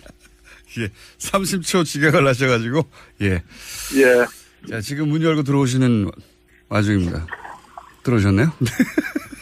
예, 안녕하십니까. 다시. 예. 자리에 앉으십시오. 무선으로 하겠습니다. 이렇게 시작해보긴 처음입니다. 자, 어쩌다가 지각을 하셨습니까? 예, 비가 많이 와가지고 올림픽 도로가 꽉 차 있습니다. 차로서. 네. 죄송합니다. 추석 연휴는 잘 보내셨어요? 예. 예, 잘 보냈습니다. 원래 정치인들은 추석 연휴 때 민심을 듣는다고 하잖아요. 예. 실제로 그렇게 합니까? 듣게 되죠. 왜냐면은 네. 주로 이제 추석 전까지, 직전까지 이렇게, 많은 분들을 특히 지역구 의원들을 만나게 됩니다. 추석 인사하러 다니면서. 아하, 그렇게 듣는구나. 예. 그때 이제 그 많은 얘기를 사실 듣게 되죠. 그렇게 추석 연휴 때 만나서 들은 이야기들, 온갖 이야기를 다 할 거 아닙니까? 예, 예. 그래서 주로 무슨 얘기들을 이번엔 들으셨어요? 제가, 들은 얘기 중에 아주 기억 남는 얘기가 추석 예. 직전에 제가 그 지역구에 어느 성당에 갔었는데, 예. 그 신부님께서 강론을 하면서 예. 그 신자들에게 하신 얘기인데 사실은 저보고 들으라고 한 얘기 같은 예. 사기치지 마라. 사기치지 마라. 거짓말 하지 마라. 쪽팔리는 일 하지 마라. 이런 얘기 일반적인 정치인들에게 하는 얘기로 들렸습니다. 뜨끔하셨습니까? 예? 뜨끔하셨어요. 예, 저는 약간 좀 덜 뜨끔했지만. 사기치지 마라. 예. 전반적으로 정의당에 대한, 평가뿐만 아니라 국정에 대한 평가, 여러 가지 얘기를 하잖아요. 열심히 하고 있다는 얘기를 저는 좀 들은 편이고요. 예. 다만 최근에 경제 상황이 듣기 힘들기 때문에 의외로 경제 문제에 대해서 걱정하시는 분들이 많았고 또 추석 휴가의 긴 것이 경제에 도움되느냐 안 되느냐 가지고 그렇죠. 예, 일반인들도 여러 견해가 있어요. 그래서 서로 논쟁하고 이런 것들도 제가 이제 많이 봤는데 특히 자영업자들은 걱정이 많죠. 특히 이제 10월 2일을 갖다가 예. 휴가로 이제 굳이 결정한 예. 해서 오히려 휴가가 장기화되면서 경제가 어려워질 것 같다라는 얘기를 하는 분도 있고 또 어떤 분들은 다 휴가 길어봤자 외국에 나가지 않느냐 돈을 외국에서 쓰지 않느냐라고 지적하는 분도 있는 반면에 외국에 나가는 사람 많다 하더라도 그게 얼마 되냐. 결국엔 다 국내에서 대부분의 돈을 쓰는 거 아니냐. 그리고 휴가 너무 길기 때문에 집에서만 밥 먹기 힘드니까 바깥 나들이 외식 이런 걸 많이 하게 되니까 그게 오히려 도움된다는 그런 의견도 굉장히 많았습니다. 의견이 분분하군요. 예. 자, 그 사이에 또 논평하실 사건들이 막 쏟아졌어요. 예. 엄청난 사건들이 많이 쏟아졌는데, 다른 주에 비해서 더 많습니다. 예. 그 중에서 큰 왕건이만 얘기해도, 예를 들어서 국정원이 보수단체를 동원해서 김대중 전 대통령 노벨상 수상 취소 청원을 기획한 정황이 있다. 예. 이거 황당하거든요. 황당을 넘어서는 일입니다, 사실은. 그런 거죠. 예. 전직 대통령에 대한 건데. 근데 여기에 대해서 국정원 그 직원 개인의 일탈일 뿐이다. 정권 차원에서는, 말도 안 되는 소리다라고, 김효재 당시 청와대 정무수석이 이제 반박을 했습니다. 어떻게 보십니까? 아니, 말도 안 되는 일이 이루어진 건데, 네. 이게 오히려 그런 특별한 지시가 없는 한 정상적인 일반적인 사람은 상상하기 힘든 일을 한 거 아닙니까? 도저히 상상할 수 없죠. 네, 사실은. 그렇다면은 이거 직접적 지시를 받았거나 아니면은 이런 일이라도 하게끔 만드는 어떤 그 조직 분위기, 조직에서 이제 머리를 쫙봐라 한번. 짜내봐라. 예. 했을 때는 나옴직한 거죠. 그렇죠. 전직 대통령인데요. 뭐 국정원 일개 개인이 기획했다는 건 저는 말이 안 되는 것 같아요. 그리고 이것이 그 취소 청원한다 그래서 취소가 가능하지 않다는 것도 제대로 따지지 않고서 한 거 아닙니까? 취소는 불가능하니까 이제 그런 분위기를 만들려고 했죠. 분위기를 만들어서 예. 이제 흠집을 내려고 했겠죠. 예. 그게 인간으로서의 도리가 아니라고 저는 생각합니다. 이건 정말 상상하기 힘든 일인데, 근데 뭐 국정원이 최근에 했다고 밝혀지는 사안들을 보면 하나같이 상상하기 힘든 일들이에요, 다. 네. 그러면서 어제 나온 이야기인데 혹시 이 시발단이라고 들어보셨습니까? 예, 예. 네. 일단 박수를 짧게 한번 3번 정도 쳐주십시오. 요건 어떻게 보십니까? 시발단이라는 게 단순히 댓글 알바가 아니라 그 박근혜 캠프와 연계가 되어 있는, 그러니까 국정원이 시발단을 지원했다면 사실은 국정원이 그냥 박근혜 캠프를 직접 지원한 거나 마찬가지거든요. 아, 그렇죠. 네. 이거는 뭐 그 공직선거법 위반도 해당되고요. 그다음에 이것이 그 지원이 그 돈이 뭐 국정원 직원들의 어떤 개인 사적인 돈이 아니었을 거 아니에요. 국정원 예산으로 이렇게 집행을 뭐 하기 때문에 했다면, 예. 특정 경제범죄 가중처벌법의 국고손실에 해당되는 그 무기 내지 그 뭐 7년 이상인가 이럴 겁니다. 그 굉장히 그 무겁게 다스리는 법인데 거기도 해당되는 거고, 무엇보다도 국정원이라는 국가기관이 그 특정 후보의 선거운동에 조직적으로 개입한 명백한 증거가 되는 거죠. 그런 게 처음으로 밝혀질래나 말래나 하는 상황이에요. 예. 밝혀지면 어마어마한 일인데요, 이게. 예. 그런 일을 벌써 5년 전에 파악해낸 제가 얼마나 훌륭한지요. 그때는 안 믿었지만, 사람들이. 그리고 또 이것도 그렇지만 일이 많아요. 너무 많아서 뭐부터 여쭤볼지 모르겠는데. 혹시 최근에 이명박 전 대통령 관련해서 이명박 전 대통령의 형 이상은 씨가 퇴조되어 있는 다스라는 회사와 관련한 실소유주 논란, 이것도 아시죠? 예. 이명박 전 대통령이 본인. 이건 우리 공장장님의 전공 분야죠. 예, 전공 분야를 제가 여쭤보고 있습니다. 그래서 전혀 상관이 없다라고 하는데, 알아보니 최근에 JTBC의 단독 보도에 따르면 연속으로 최대 주주는 형인데 회사를 지금 물려받는 것처럼 보이는 것은 이명박 전 대통령의 아들이에요. 이 현상은 어떻게 보십니까? 그러니까 이게 지금 사실은 이 출발점이 도곡동 땅부터 시작해서 그렇죠. 네. 그다음에 다스에서 BBK에 이르기까지 예. 이제 모든 과정에서 보면은 그 실소유주가 누구냐가 계속 나오죠. 계속 나오는데 여러 정황이 예. 실소유주가 지금 명목상 소유주와 다르게 예. 이명박 전 대통령 이럴 가능성이 매우 많아 보이는 거죠. 예. 저는 그런 정황 증거가 예. 한 다스가 넘다고 봅니다. 한 다스가 넘는다. 예.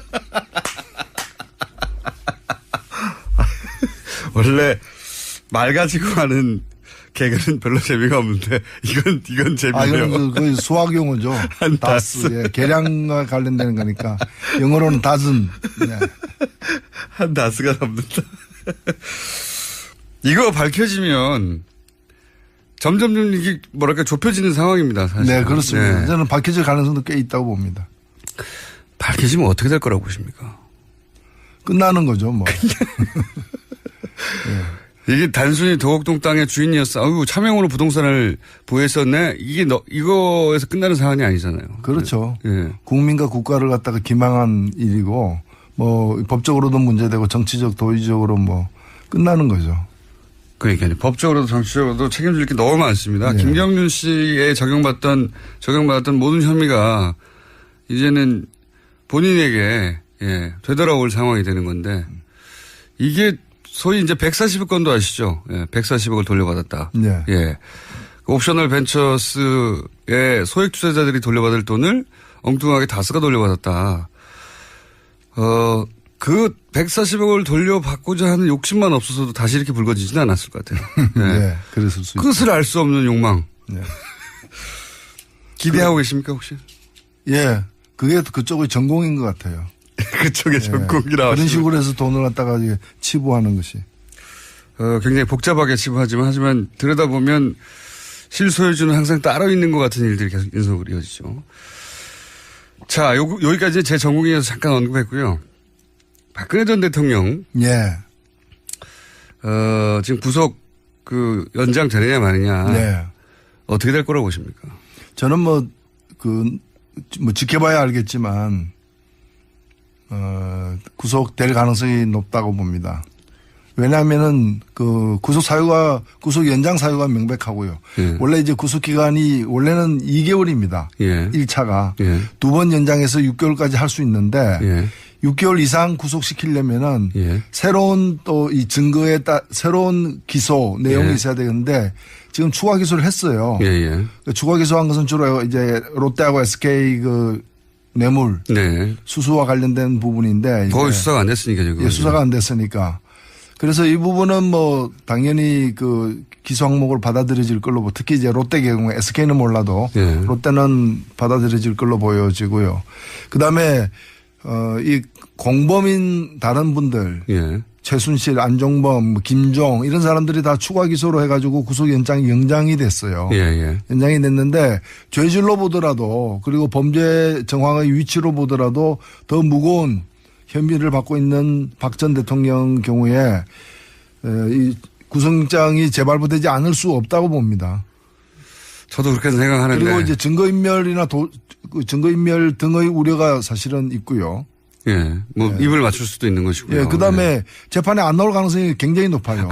제가 볼 때는 안 나온다고 봐야 됩니다. 지금 만일에 이 영장이 기각이 돼가지고 10월 17일 날 6개월 만기로 취소를 하게 되면은 입원을 하든지 아니면 집에서 버티든지 해가지고 지금 gat혀 있는데도 보면은 안 나왔죠. 자기 재판에도 안 나온 적이 있고요. 예. 아프다는 이유로. 그다음에 증인으로 가야 될 이재용 재판 등에 다 안 나갔거든요. 예. 그러니까 안 나온다고 봐야죠. 그럴 가능성이 대단히 가스통 높죠. 쌓아놓고 밖에서 또 이렇게 못 나오게 할 수도 있는 거고요. 그리고 이제 친박 지지자들이 그 앞에서 막고서 못 가게도 할 것이고요. 네. 집행도 막을 것이고 정상적으로 재판이 진행 안 된다고 봐야죠. 그렇죠. 예, 실제로 그렇게 되면 그럴 가능성이 대단히 높다.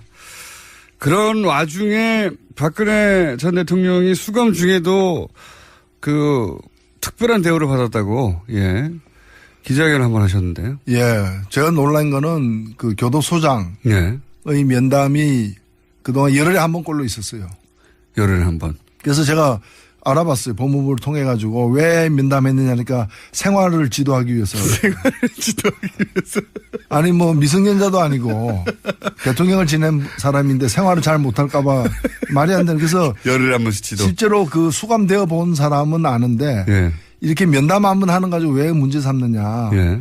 근데 전국에 4만 명, 5만 명에 이르는 재소자들 중에 아마 구치소장 면담한 사람 손꼽기도 힘들 거예요. 왜 안 만나주죠? 예. 그리고 이 만나러 가는 것 자체가 또 이 면담은 말이죠. 변호사를 접견해도 옆에 교도관이 배석을 합니다. 예. 혹시 핸드폰이라도 건네주고 전화라도 걸까봐. 지켜보고 있죠.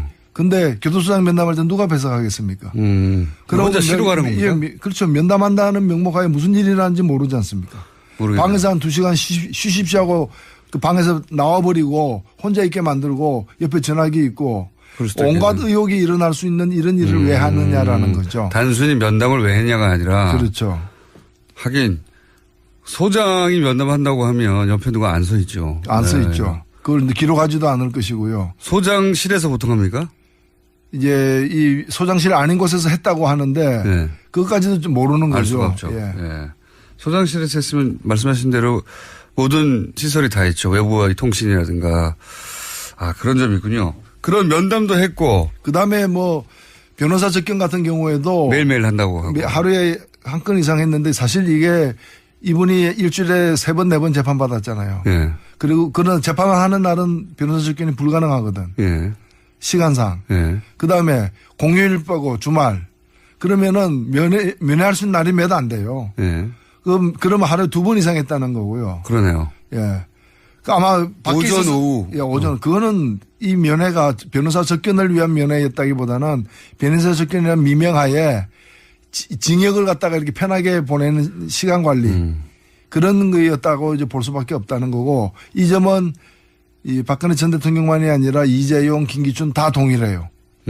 다 동일하게 오히려 더 그 접견 횟수가 많아요. 그러니까 징역 산다고 해놓고 비싼 변호사 집어넣어 가지고 징역에서 빼 가지고 자유시간 보내는 그러니까 매일 이제 외박하는 뭐 그런 거죠. 외출하는 그런 상황인 거죠. 그런 와중에서 또, 교도소장하고 면담으로 빠져나가고. 예. 그런 특별한 대우를 받고 있다. 공간도 굉장히 넓지 않습니까? 공간도 지금 보면은 최근에 어떤 재수자가 헌법소원 내가지고 이겼는데요. 예. 그게 뭔가 하면은 0.3평. 0.3평. 0.3평이면 신문지 2장 반이에요. 예. 신문지 2장 반에다가 재운 거예요. 그래가지고 국가를 상대로 해가지고 이거는 그 부당한 처우다 해가지고 뭐 몇백만 원 국가가 배상하라라고 이제 판결을 받아냈는데 그런 사람이 쓰던 공간에 비하면 그런 사람이 10명의 공간을 혼자 쓰고 있는 거죠. 그런데도 이제 그 안에 이게 일종의 스위트룸, 호텔로 따지면 이제 스위트룸에 지내고 있는 거죠. 스위트룸. 그런데 요즘 대망을 읽고 있다고 예. 소설을 그러면서 그 동아일보의 보도든가요? 보면 앞으로 정치적 역할에 대한 구성을 하고 있는 거 아니겠냐 뭐 이런 식의 해석을 하던데. 글쎄요, 뭐 대망이라는 게 제가 듣기에는 크게 망했다. 크게 망한 분이 뭐 다시 그런 생각을 왜 가지는지 참 이해가 안 갑니다. 예. 본인이 그런 생각을 하는 건지 해석을 그렇게 하는지는 모르겠습니다만 대망이 크게 망했다. 예. 이게 말개그가 보통 재미없는데 오늘 다스하고 대망 저는 그 사전적 의미를 얘기한 것이고요. 대망. 예. 자, 다른 당 얘기도 좀 해볼까요? 갑자기 어제 그저께 홍준표 대표가 사찰당하고 있다고. 예. 그래서 통신기록 예. 조회에 대해서 이거 봐라 사찰당하고 있다고. 본인 것도 아니고 본인 보좌관과 번호를 공개를 하면서. 예, 예. 이 사찰이 아니라고 이제 그 번호를 그러니까 주민등록번호 정도 조회했던 걸로 보이는데. 통신조회라 그러죠. 예, 통신조회. 기관들이. 그러니까 뭐 피의자가 통화를 누군가 했는데 그 피의자가 통화한 사람이 누군지를 확인하기 위해서 그 전화번호의 소유자가 누군지 확인하는 예. 거죠. 그런 통신조회를 6번 당했다. 근데 사찰이라고 주장한 것에 대해서 어떻게 보십니까? 저는 제일 먼저 드는 의문이 사찰이 필요하다고 이제 생각이 들어요. 왜냐면은 그게 결국에는 그 보좌관 명의의 그 전화번호고 네. 보좌관 홍준표 대표가 아니라 보좌관과 연관된 일인 것 같은데 네. 도대체 그 보좌관은 어떤 보좌관이길래 예. 다양한 어떤 이 범법자들과 관계를 맺고 있느냐라는 거죠. 범법자들과 어떤 관계를 실제로 맺는지 모르겠지만 여러 통화 기록은 있는 거죠. 통화 기록이 있는 거죠. 네. 그러니까 특징이라고 그럴 수는 있는데 그것도 이제 뭐 경남 도경에서 수사하고 있는 사람, 예. 뭐 함안 경찰서에서 뇌물죄로 수사하고 있는 사람, 예. 또는 뭐 경남 양산에서 뭐 수사하고 있는 사람, 또는 군에서 또 알아보고 있는 사람, 예. 다양한 주로 이제 중앙지검에서 알아보고 있는 사람 그런 식으로. 범죄들도 보면 죄질이 안 좋은 그런 이제 뇌물 연관된 예. 그런 분들과 이 보좌관이 통화한 기록이 나와서 예. 그 번호의 주인이 누군지 확인하는 과정에 통신조회가 이루어졌다는 겁니다. 지금. 근데 우리 상식으로 보면 한 사람이 예. 그렇게 그 비슷한 시기에 그렇게 다양한 어떤 이 그 범죄 의혹을 받고 있는 사람들과 통화하기도 쉽지 않은 거거든요. 그 교우 관계가 예, 굉장히 그 뭐 대표 측근에 있을 만한 사람은 아니지 않느냐는 생각까지도 사실 드는 거죠. 교우관계가. 그런 분들이 혹시 이렇게 본인의 뭐 탄원이나 혹은 구명을 위해서 보좌관에게 전화를 한 거나 뭐 그런 거 아닐까요 혹시? 글쎄 그것까지는 이제 내용을 뭐 모르니까. 모르겠는데 근데 네. 이런 것을 자대로 알아보지도 않고 저 같으면 그거부터 왜 조회를 당했는지부터 알아보면은 그걸 공개하기 힘들 거예요. 자랑하기 힘들 건데 그런 절차 없이 바로 자랑을 한 거잖아요. 자랑. 본인이 사찰당했다. 결과적으로는 원하지 않았지만 자해를 한 셈인 거죠. 안타깝습니다. 안타깝습니다. 본인이 검찰 출신이라 사실 잘 알 텐데요. 통신조회가 뭔지. 누구보다도. 근데 홍준표 대표가 이제 최근에 그 박근혜 전 대통령 아까 저게 그 구속영장 재발부와 관련해서도 예. 아마 탄핵시켰으면 됐지. 탄핵시켜서 끌어내리고 예. 당신들이 정권 차지했으면 됐지. 무언 또 구속영장까지 재발부하냐. 예. 그러니까 이분이 뭐 사실 이분이 법조인 출신인데도 예. 법에 대한 그 개념이 잘 안 서 있는 것 같아요. 그래서 제가 법치가 아닌가. 우리 음치가 있듯이. 음에 대해서 이제 절대 음감이 이제 제대로 안 서 있는 잘못된 분들.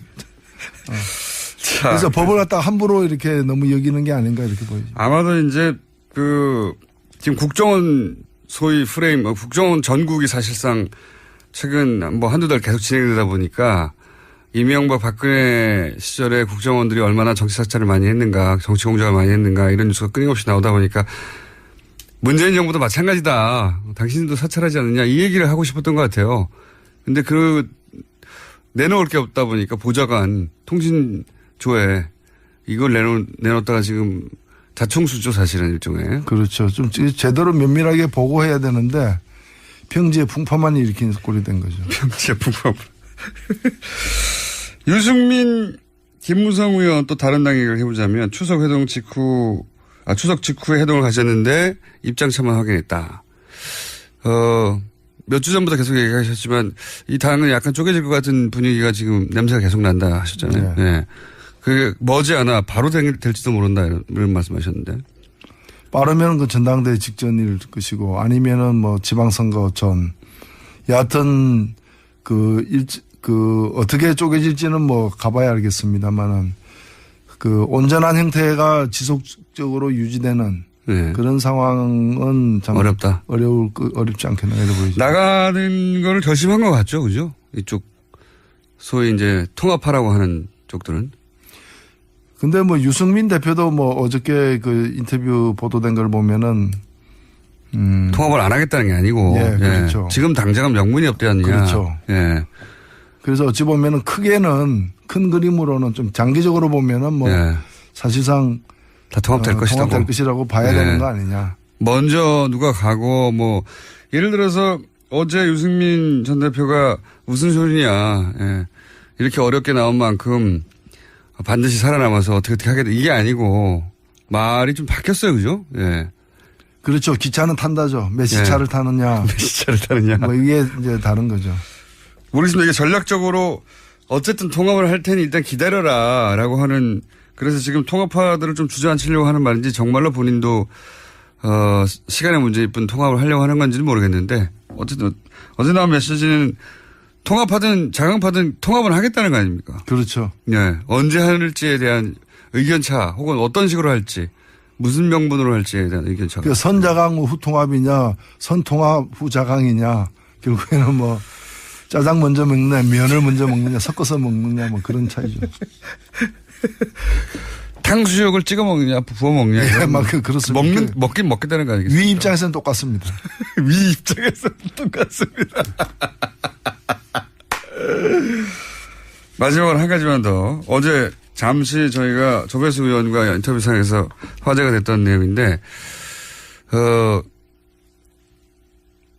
FTA, 갑자기 생각이 안 나가지고. FTA 재협상에 대해서 국민의당에서는 이제 사과하라, 대통령에게. 근데 재협상이 없다고 하지 않았냐. 근데 왜 이렇게 재협상이 지금 미국 쪽에서 하자고 하니까 재협상이 없다고 했었는데 재협상을 미국 쪽에서 요구하니까 문재인 대통령이 사과하라고 요구하고 있어요. 예. 조배석 의원과 어제 인터뷰 중에서 재협상이 없다고 한 게 아니라 재협상을 합의한 적이 없다라고 합의를 안 했는데 저쪽에서 일방적으로 요구하는 걸 왜 우리 대통령이 사과해야 되냐. 트럼프 대통령이 사과를 요구하면 요구했지 뭐 이런 얘기를 어제 하다가 인터뷰가 끝이 났는데 혹시 요 FTA 관련해서는 또 예, 뭐 대통령 사과 문제는 본질을 저는 벗어난 거라고 보고 왜 관심이 거기에만 머물러 있는지 오히려 걱정이 되고요. 왜냐면은 이 FTA 재협상 요구를 어떻게 받아들여야 되고 우리는 어떻게 대응해야 되느냐가 예. 초미의 관심사입니다. 예. 책임 있는 정당이라면 이 문제에 대한 답을 밝혀야죠. 국민의당은 그래서 재협상 하자는 말이냐, 하지 않고 버티자는 얘기냐, 또 어떻게 재협상 하자는 얘기냐를 입장을 천명하고 정부로 하여금 그걸 받아들이도록 어디로 요구를 해야 되는 거 아니냐고 보는 거고요. 저는 걱정이 사실 이 FTA가 현재 유지되고 있는 FTA가 유리한 건지 불리한 건지 각각의 나라에 이거는 예. 사람마다 평가가 다릅니다. 그렇습니다. 근데 종합적으로 보면 유리한 것도 있고 불리한 것도 서로에게 그렇겠죠. 다 있는 거죠. 예. 그러면은 유리한 걸 갖다가 더 확대하고 불리한 걸 줄이려는 건 서로가 다 마찬가지 네네. 추구하는 바라고 보고 우리도 그렇게 해야 되는데 그렇게 하려면은 저쪽에서는 세게 나왔잖아요. 예. 미치광이 전술이라 그래가지고 예. 잘못하면 깰 수도 있다. 대놓고. 예. 그러면 우리는 그래 우리도 깨라. 깰 수 있다. 네. 깨라 한번 깨봐. 이렇게 나가야 되는 거 아니냐. 네. 그러니까 먼저 우리 쪽 대표가 혹시 저는 이제 김현정 대표가 혹시 종합적으로 우리가 더 많이 얻고 있다라고 판단하고 네. 그래서 깨서는 내주긴 뭔가 내줘야 된다라고 생각하고 그래서 좀 적게 내주는 것이 훌륭한 협상 전술이다라고 판단한다면 그 판단은 오판이다. 그렇게 해서 상대가 될 사람들이 아니다라는 거죠. 저기서 미치광이로 나오면 우리는 더 미치광이로 나가야 됩니다. 네, 더 하긴 힘들 거고 우리도 그 트럼프한테 배울 게 있다는 거죠. 그런 점에서는 우리도 세게 나가야죠. 아 그거 우리 안 그래도 깨려고 했었어. 뭐 이런 식으로 아직 안 깨졌나 뭐 이러면서 아직 안 깨졌나. 그렇게 나가야 저쪽도 좀 정상적으로 이렇게 나오지 않겠나. 알겠습니다. 꽃 머리에 꽂고 막 나와요. 그렇죠. 자, 야, 오늘 여기까지 하겠습니다. 이 시간만 되면 저는 즐거워요. 자, 지금까지 정의당의 노회찬 원내대표였습니다. 감사합니다. 네, 감사합니다.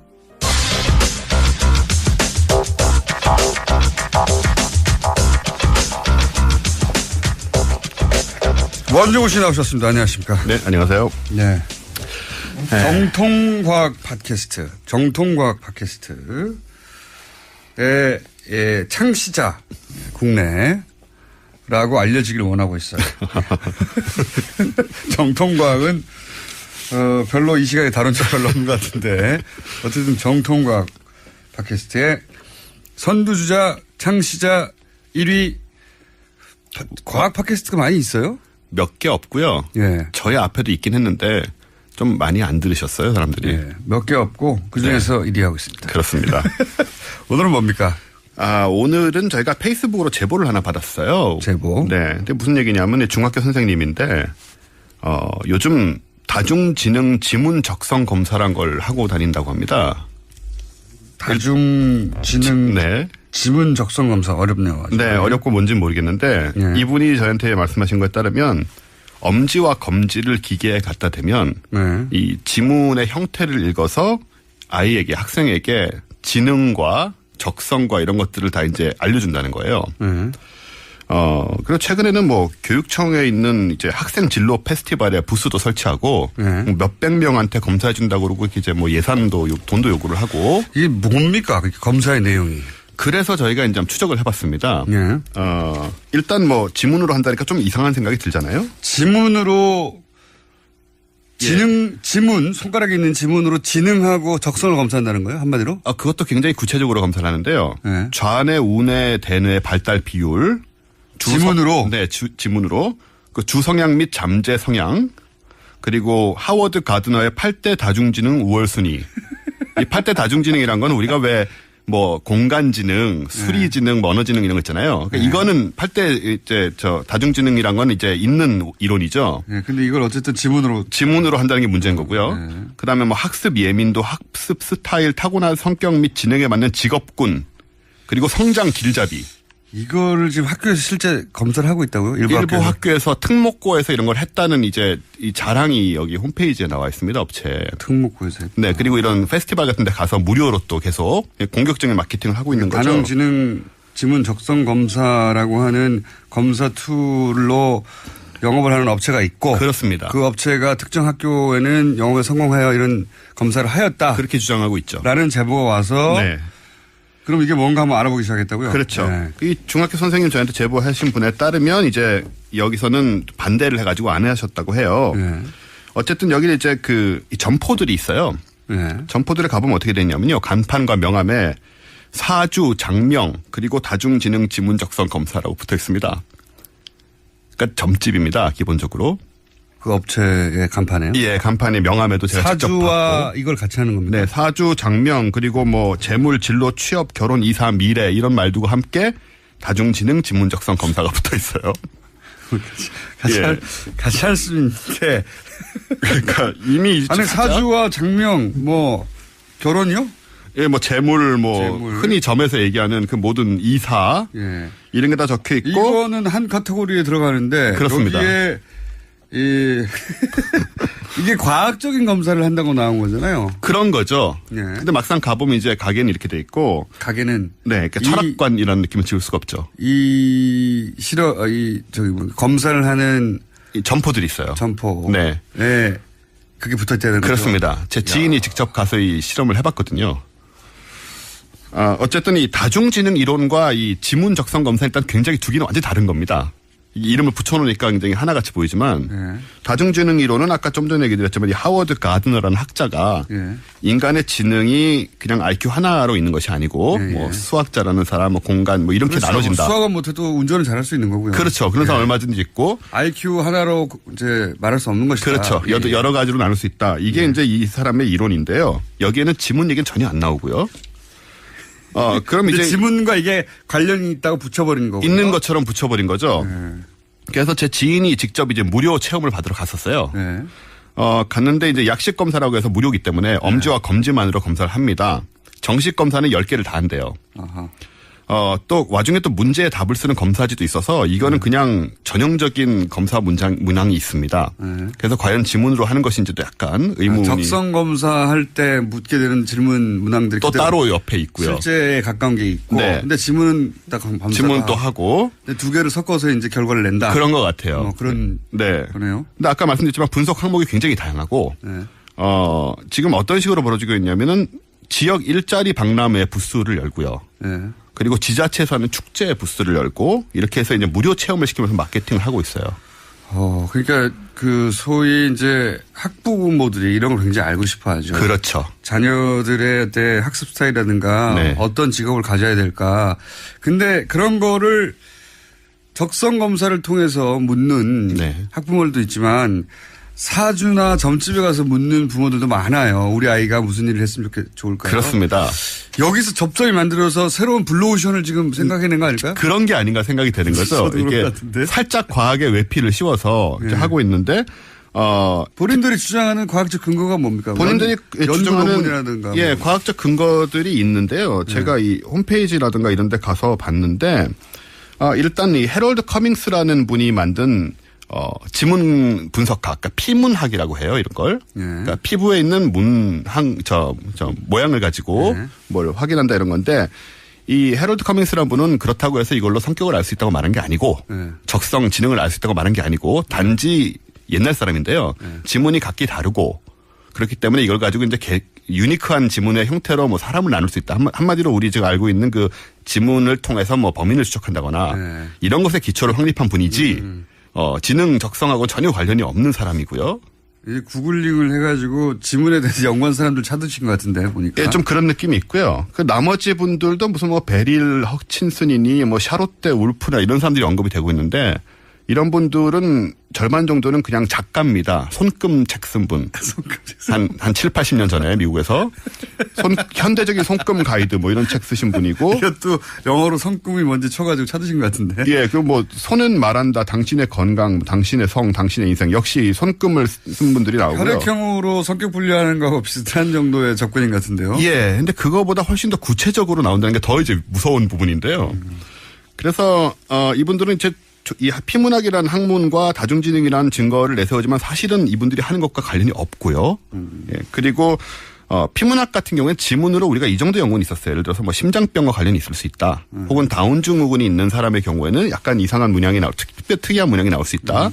그런 거지만 이것조차도 성격 지능하고는 전혀 상관이 없는 거고요. 예. 지금 문제는 뭐냐 하면 이게 거의 글을 모르는 어린아이들도 할 수가 있잖아요. 지문만 보면. 그렇죠. 네, 그러니까는 굉장히 간편하게 어른들이 이걸 자기 아이들이 뭘 하고 뭘 못하는지를 아주 어려서부터 규정해버린다는 겁니다. 이걸로. 지문 가지고. 그렇습니다. 더군다나 그것이 과학적으로 입증되거나 네. 상관관계가 무슨 학문적으로 정리된 것도 아닌데. 아닙니다. 그런데 어떤 국내 한 업체가 네. 이걸 들고 나와서 영업을 시작했고 네. 적극적으로 그리고 그렇습니다. 실제로 영업에 성공해서 일부 학교에서는 이 검사를 시행도 했다. 지금 막 퍼지고 있는 상황이 아닌가 싶어서 제가 이걸 얘기를 하게 됐는데 사실 뭐 우리 뭐 말씀하신 대로 점도 보고 사주도 보고 근거 없는 것이 세상에 한두 개가 아니잖아요. 그 점 사주를 우리가 법으로 막진 않죠. 막진 않죠. 예. 근데 이 다중지능 지문검사의 경우 왜 문제라고 생각을 하냐 하면 첫째는 이제 과학적 근거가 없는 거를 과학적인 것처럼 포장하고 있다는 예. 거. 차라리 그냥 점 사주 장명을 예. 한다고 하면 그러니까, 예. 예, 아무도 뭐라고 하지 않는데. 근데 그러면은 뭐 교육청이나 학교에서 단체로 안 하겠죠. 그러니까요. 그 포인트인 예. 거죠. 그리고 이제 이런 근거 없는 결과에 맞춰서 적성에 맞지 않는 것을 내 아이가 아예 하지 않게 해드립니다라는 문구도 써요. 그러니까 이미 아주 어릴 때 확인을 해서 이건 학교 당국이 이런 업체는 있을 수 있어요. 네. 저는 제 생각에는 잘했다 못했다가 아니라 본인들이 하던 업에서 그렇죠. 조금 새로운 블루오션을 찾아가지고 이렇게 뻗어나갈 수 있는데 이걸 학교에서 받아들였다는 게 문제네요. 이걸 구별을 못 하시는 거죠. 네. 사실 일반적으로 일반 우리 뭐 학교도 그렇지만 일반인들은 우리 학부모도 그렇고 이게 이름을 이렇게 달고 이렇게 레퍼런스들이 과학자들이나 혹은 뭐 작가들이 붙으면 과학이라고 생각하기 정말 쉽습니다. 더군다나 학교에서 받아들였다면 그것이 이 업체의 그 실적이 되어서 공신력이 되는 거죠. 그러니까요. 네. 학교에서 좀 잘 알아보고 학생들한테 적응했겠어? 이렇게 생각하게 되는 그렇죠. 거니까 이거 학교의 책임을 물어야 되는 사안인 것 같은데 도대체 어떤 과학적 근거하에 선생님들이 이런 판단을 했는지 했던 학교가 어딘지 알아봐야 되겠습니다. 네, 그래서 이제 일단 뭐 하는 것도 문제지만 앞으로 우리가 이 방송을 듣는 분들은 네. 이런 거를 이제 쉽게 받아들여서는 안 되겠다는 말씀을 드리고 싶은 거고. 이거 개인이 궁금해서 그 업체에 찾아가서 나는 그걸 믿어. 마치 그 사주의 영역처럼 네네. 하고 할 수는 있어요. 네. 혈액형을 믿는 분들이 있듯이. 근데 이걸 학교가 공식적으로 받아들여서 학생들에게 테스트하게 했다고 하는 건 저도 큰 문제라고 봅니다. 게다가 이게 학교의 경우에는 상당 부분이 이제 국민의 세금이 교육 예산이잖아요. 그러니까 우리가 낸 세금이 이렇게 과학적인 포장하에서 이루어지는 일종의 점을 위해서 대규모로 쓰인다면 만약에 쓰이게 된다면 앞으로 정말 문제가 있기 때문에 지금 뭐 지자체, 교육청, 학교 등이 어설프게 속아 넘어가고 있다라는 생각이 들고 이거는 굉장히 안 좋은 상황이 아닌가라고 미루어 짐작이 되는 거죠. 비용도 들 거 아닙니까? 비용이 들겠죠. 당연히. 네. 지금 이제 부스를 만들면서 무료로 해주고 있지만 이제 학교에 들어가서 뭐 수백 명, 수천 명을 할 경우에는 당연히 비용이 들 것이고 지금 문자가 왔는데 6세 딸이 있는데 유치원에서 지문으로 적성검사 했다고 하는데. 예, 저게 지금 문제인데 애들이 지금 자기 취미나 이런 것들을 전혀 발현하거나 드러내지 못한 상황에서조차 그걸 규정해버려서 얘는 이건 하고 이건 못하니까 너는 이건 할 필요가 없어라고 부모가 전화위에 정해버린다는 거죠. 이걸 믿고. 이거는 이 학교 당국, 교육 당국의 책임이 크고요. 네. 기본적으로 어떤 학교가 했는지 확인해 봐야 되겠고요. 네. 그리고 학교가 그걸 했다면 어떤 과학적 근거에서 했는지 따져봐야 되겠고요. 네네. 왜냐하면 이게 비용을 내고 하는 거라면 틀림없이 업체가 만약에 10만 원 받았으면 뭐 꺾기가 있다든가 네. 이런 것도 의심해 봐야 될 대목이 있어서 그렇죠. 돈의 문제, 근데 이제 돈의 문제보다 훨씬 중요한 건 아이들부터 이걸 과학으로 받아들여 버리는 거죠. 6세 아동이 이걸 믿기 시작할 거 아니겠습니까? 아주 어릴 때부터. 네. 그래서 다시 한번 말씀드리지만 뭐 머리의 생김새라든가 혈액형이라든가 지문 같은 걸로는 결코 사람의 지능이나 적성을 확인할 수 없습니다. 없다는 게 없고요. 과학입니다. 네. 네. 그래서 이거는 그냥 아무리 과학인 것 같이 해도 사주 관상의 영역을 넘어서지 못하기 자, 때문에. 그럼 뭐 학교가 어떤 학교가 했는지 한번 알아보죠. 네. 원정우 씨가. 그래서 밝혀지면 학교 당국에 저희가 연락 한번 해봐야 되겠습니다. 알겠습니다. 여기까지 하겠습니다. 원정우 씨였습니다. 예, 감사합니다. 내일 뵙겠습니다. 안녕.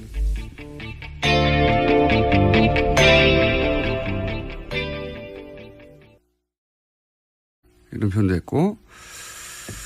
제가 당시 파악한 바로는 윤종원 목사가 언급한 그 직라인, 삼선보다 힘이 센 그 보좌관은 2012년 대선 기간 중에 사망한 이춘상 보좌관입니다. 이미 사망하신 분이라 어차피 수사를 할 수도 없을 것 같아서 제가 그냥 얘기하는데. 당시 교통사고로 숨졌었습니다. 예. 이춘상 보좌관은 지금은 문고리 3인방이라고 하는데 4인방의 선임이었죠. 예. 그래서 힘이 가장 센 보좌관이 맞고, 여간 당시 그 윤 목사 언급한 보좌관이 이춘상 보좌관이었고요. 예. 그러니까 시발단이라고 하는 거는 박근혜 캠프하고 직접 연결되어 있었고, 국정원이 그러니까 박근혜 캠프를 지원한 겁니다, 그냥. 이거 뭐 댓글 알바하고는 다른 거예요. 박근혜 캠프를 국정원이 직접 지원했다. 국정원이 박근혜 당선을 위해서 뛰었다. 예. 이게 지금 수사를 통해서 과연 제대로 밝혀질 수 있는지 저는 모르겠는데, 관련자들이 사망한 분도 있고, 예. 당시 제가 파악하기로는 그랬습니다. 예. 그런데 그때 검찰 수사는 자발적 선거운동이었다. 이런 식으로 마무리 짓고 끝났었습니다. 이게 또 말이 안 되는 게요. 본인이 해명을 하면서 뭐라고 그랬냐면, 왜 국정원과 관련이 있다고 그랬냐. 그러니까 국정원이 아니라 국정일보하고 관련 있는 걸 내가 잘못 말했다. 이런 식으로 얘기했거든요. 국정일보. 말도 안 되는 소리인데. 그러면서 뭐라고 그랬냐면, 자신의 비즈니스 파트너가 국정일보 관련 일을 한다고 했는데, 운영한다고 했던가요? 비즈니스 파트너라고 그러면 서로 주고받는 거래가 있어야 될 거 아니에요. 예. 본인이 한 일은 당시 댓글 다는 거예요. 트위터하고. 그 일을 하는데 상대가 이익을 줬으면 최소한 댓글 알바를 한 겁니다. 그렇죠? 그리고 본인도 그런 얘기를 했어요. 녹취도 있는데, 공짜로 하는 게 아니다. 예. 내가 이 일을 공짜로 하는 게 아니다. 그리고 지금은 지금 거론되고 있지 않은데, 전곡이 나오니까 할 말이 많네요. 예. 당시에 이런 말도 합니다. 국정원은 안철수가 대선에 나오는 걸 알고 있었기 때문에 자기한테 안철수 쪽으로 가라. 그래서 준비를 하고 있었는데 국정원이 막판에 다시 박근혜 쪽으로 가라. 해서 왔다. 이렇게 설명을 해요. 예, 대화 중에. 이 대목도 저는 재수사 필요하다고 보는 것이, 두 가지를 알 수 있는데, 국정원은 당시 야당 후보를 분열시키는 공작도 굉장히 열심히 했다. 또 하나는 여러 시발단 사무실을 운영하면서 그중 여기 배치하기도 하고 저기 배치하기도 하고 임무에 따라 배치했다는 거죠. 예. 윤정훈 목사 자신도 다른 사무실 얘기를 합니다. 그때 사무실끼리 경쟁 체제고 사무실 구조는 다 비슷하게 만들어놨고 자기도 방문을 해봤고, 예. 그런 얘기도 하거든요. 그 중에 하나를 제가 잡은 것 뿐이고, 이 재수사를 제대로 하면 대규모 조직이 나올 수 있다. 예. 처음 이런 얘기 했을 땐 제가 음모론자 소리를 지겹도록 들었는데, 큰 소리 빵빵 치고 있습니다, 제가. 자, 이 윤 목사 사건은, 시발단 사건은 윤 목사 혼자가 아니라 여러 사무실 중에 하나였다. 당시 제가 파악한 정황으로는. 네, 그래서 현재 검찰도요, 관련된 전방위적으로 계좌를 추적하고 있다라고 합니다. 그래서 국정원이 사무실을 운영하면서 임무에 따라 배치했다. 예. 그리고 요 윤 목사 것만 특정하자면 박근혜 캠프하고 직접 연결됐다. 예. 국정원이 박근혜 당선을 위해서 그냥 직접 뛴 거예요. 선거운동을 한 겁니다. 그냥 직접적으로. 제가 당시 파악하기는 그랬는데 이번에 밝혀질지는 모르겠네요. 자, 다음 뉴스는요. 네, 이명박 정부의 국정원이 또 관제 데모를 위해서 단체를 직접 만들었다라는 뉴스도 있습니다. 검찰은 당시 국정원 직원들로부터 진술을 확보했다라고 하는데요. 단체를 동원하기 쉽지가 않자 대표자를 섭외해서 아예 없던 단체를 만들었다라는 겁니다. 그 단체 이름이 자유대한 수호실천본부, 대한민국 바로세우기 본부라고 하는데요. 국정원 퇴직자의 명의를 빌려서 만들었다라고 합니다. 며칠 전에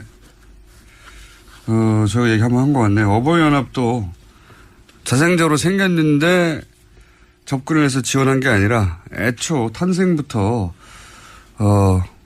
국정원이 관여한 거 아니겠는가, 그런 의혹이 생길 수밖에 없다고 했는데, 예, 바로 또 뉴스가 나와주네요. 예. 예, 근데 물론 두 단체 대표는 현재 여전히 부인하고 있다고 합니다. 자발적 활동이었고 사업가의 후원을 받았다. 국정원 직원인지 몰랐다. 이렇게 혐의 부인하고 있다고 합니다. 국정원 직원이 자신들이 만들었다고 진술을 했는데요, 뭐. 예. 그 사람들이 부인을 할 수는 있겠으나, 이 단체가 하나밖에 없겠는가. 예. 몇 년 전에 사람들이 의혹으로 가졌던 게 다 사실로 드러나고 있어요. 예. 단체가 한두 개가 아닐 거라. 안녕하세요. 김호준입니다. 이명박 정부 시절 김대중 전 대통령 노벨 평화상 취소 공작이 국정원 차원에서 있었다는 의혹에 대해 김효재 당시 청와대 정무수석은 국정원 직원이 개인 일탈 차원에서 했을 수는 있지만 정권 차원에서는 말도 안 되는 소리라고 반박했습니다. 국정원 일개 직원이 전직 대통령이자 한국 국조로 받은 유일한 노벨상을 취소하겠다는 계획을 혼자서 세운다는 게 더 말이 안 되는 소리인 것 같긴 합니다만 제기되는 의혹에 이렇게 즉각적인 해명이 있다는 건 바람직한 거죠. 수많은 사안들이 연속적으로 터져나온 상황에서 분명 억측도 있을 수 있으니 당사자 이야기도 당연히 들어봐야 합니다. 그런데 김효재 전 수석님 해명이 필요한 중대 사안이 또 있어요. 다스 최대 주주인 이상은 씨가 자신의 아들이 아니라 이명박 전 대통령의 아들에게 다스의 알짜 계열사들 사장 자리를 다 줬습니다. 자신의 아들은 오히려 직급도 낮추고 좌천시키고 왜 자기 아들이 아니라 조카한테 회사를 주는 걸까요? 김효재 전 수석님 이거 참 이상하지 않으십니까? 그래서 묻고 싶습니다. 다스는 누구 겁니까? 김어준의 질문이었습니다.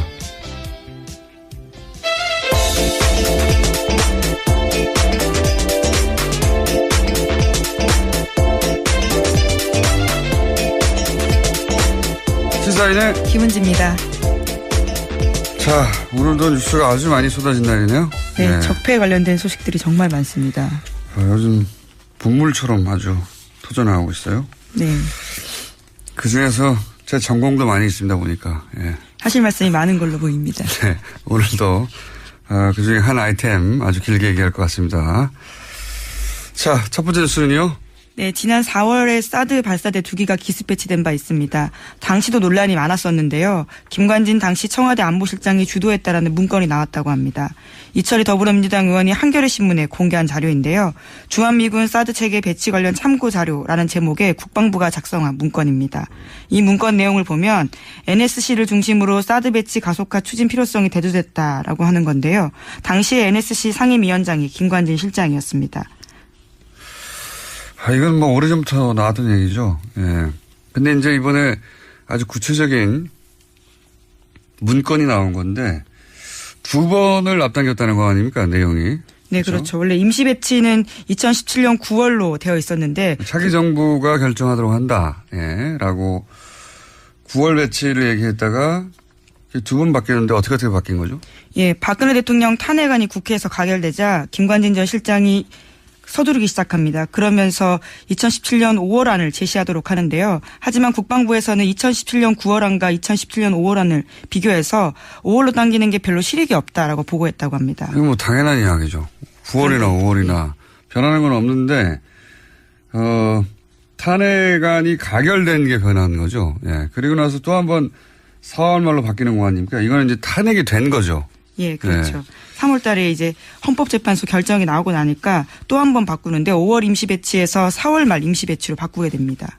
그러니까 9월 달에서 5월 달로 바꾸는 것도 국방부에서도 이거 뭐 왜 이러냐 실익도 없는데 라고 한 상황이었고 그거보다 더 말도 안 되는 건 5월이었던 거를 이제 4월로 바꾼 거는 단 하나의 이유입니다. 탄핵이 되고 조기 대선이 실제가 되니까 그때는 이제 자신이 마음대로 할 수 없을 거 아닙니까? 그러니까 자신이 마음대로 할 수 있을 때 반드시 배치하겠다는 아주 강력한 의지인 거죠. 다음 정부가 들어서기 전에 반드시 배치하겠다는.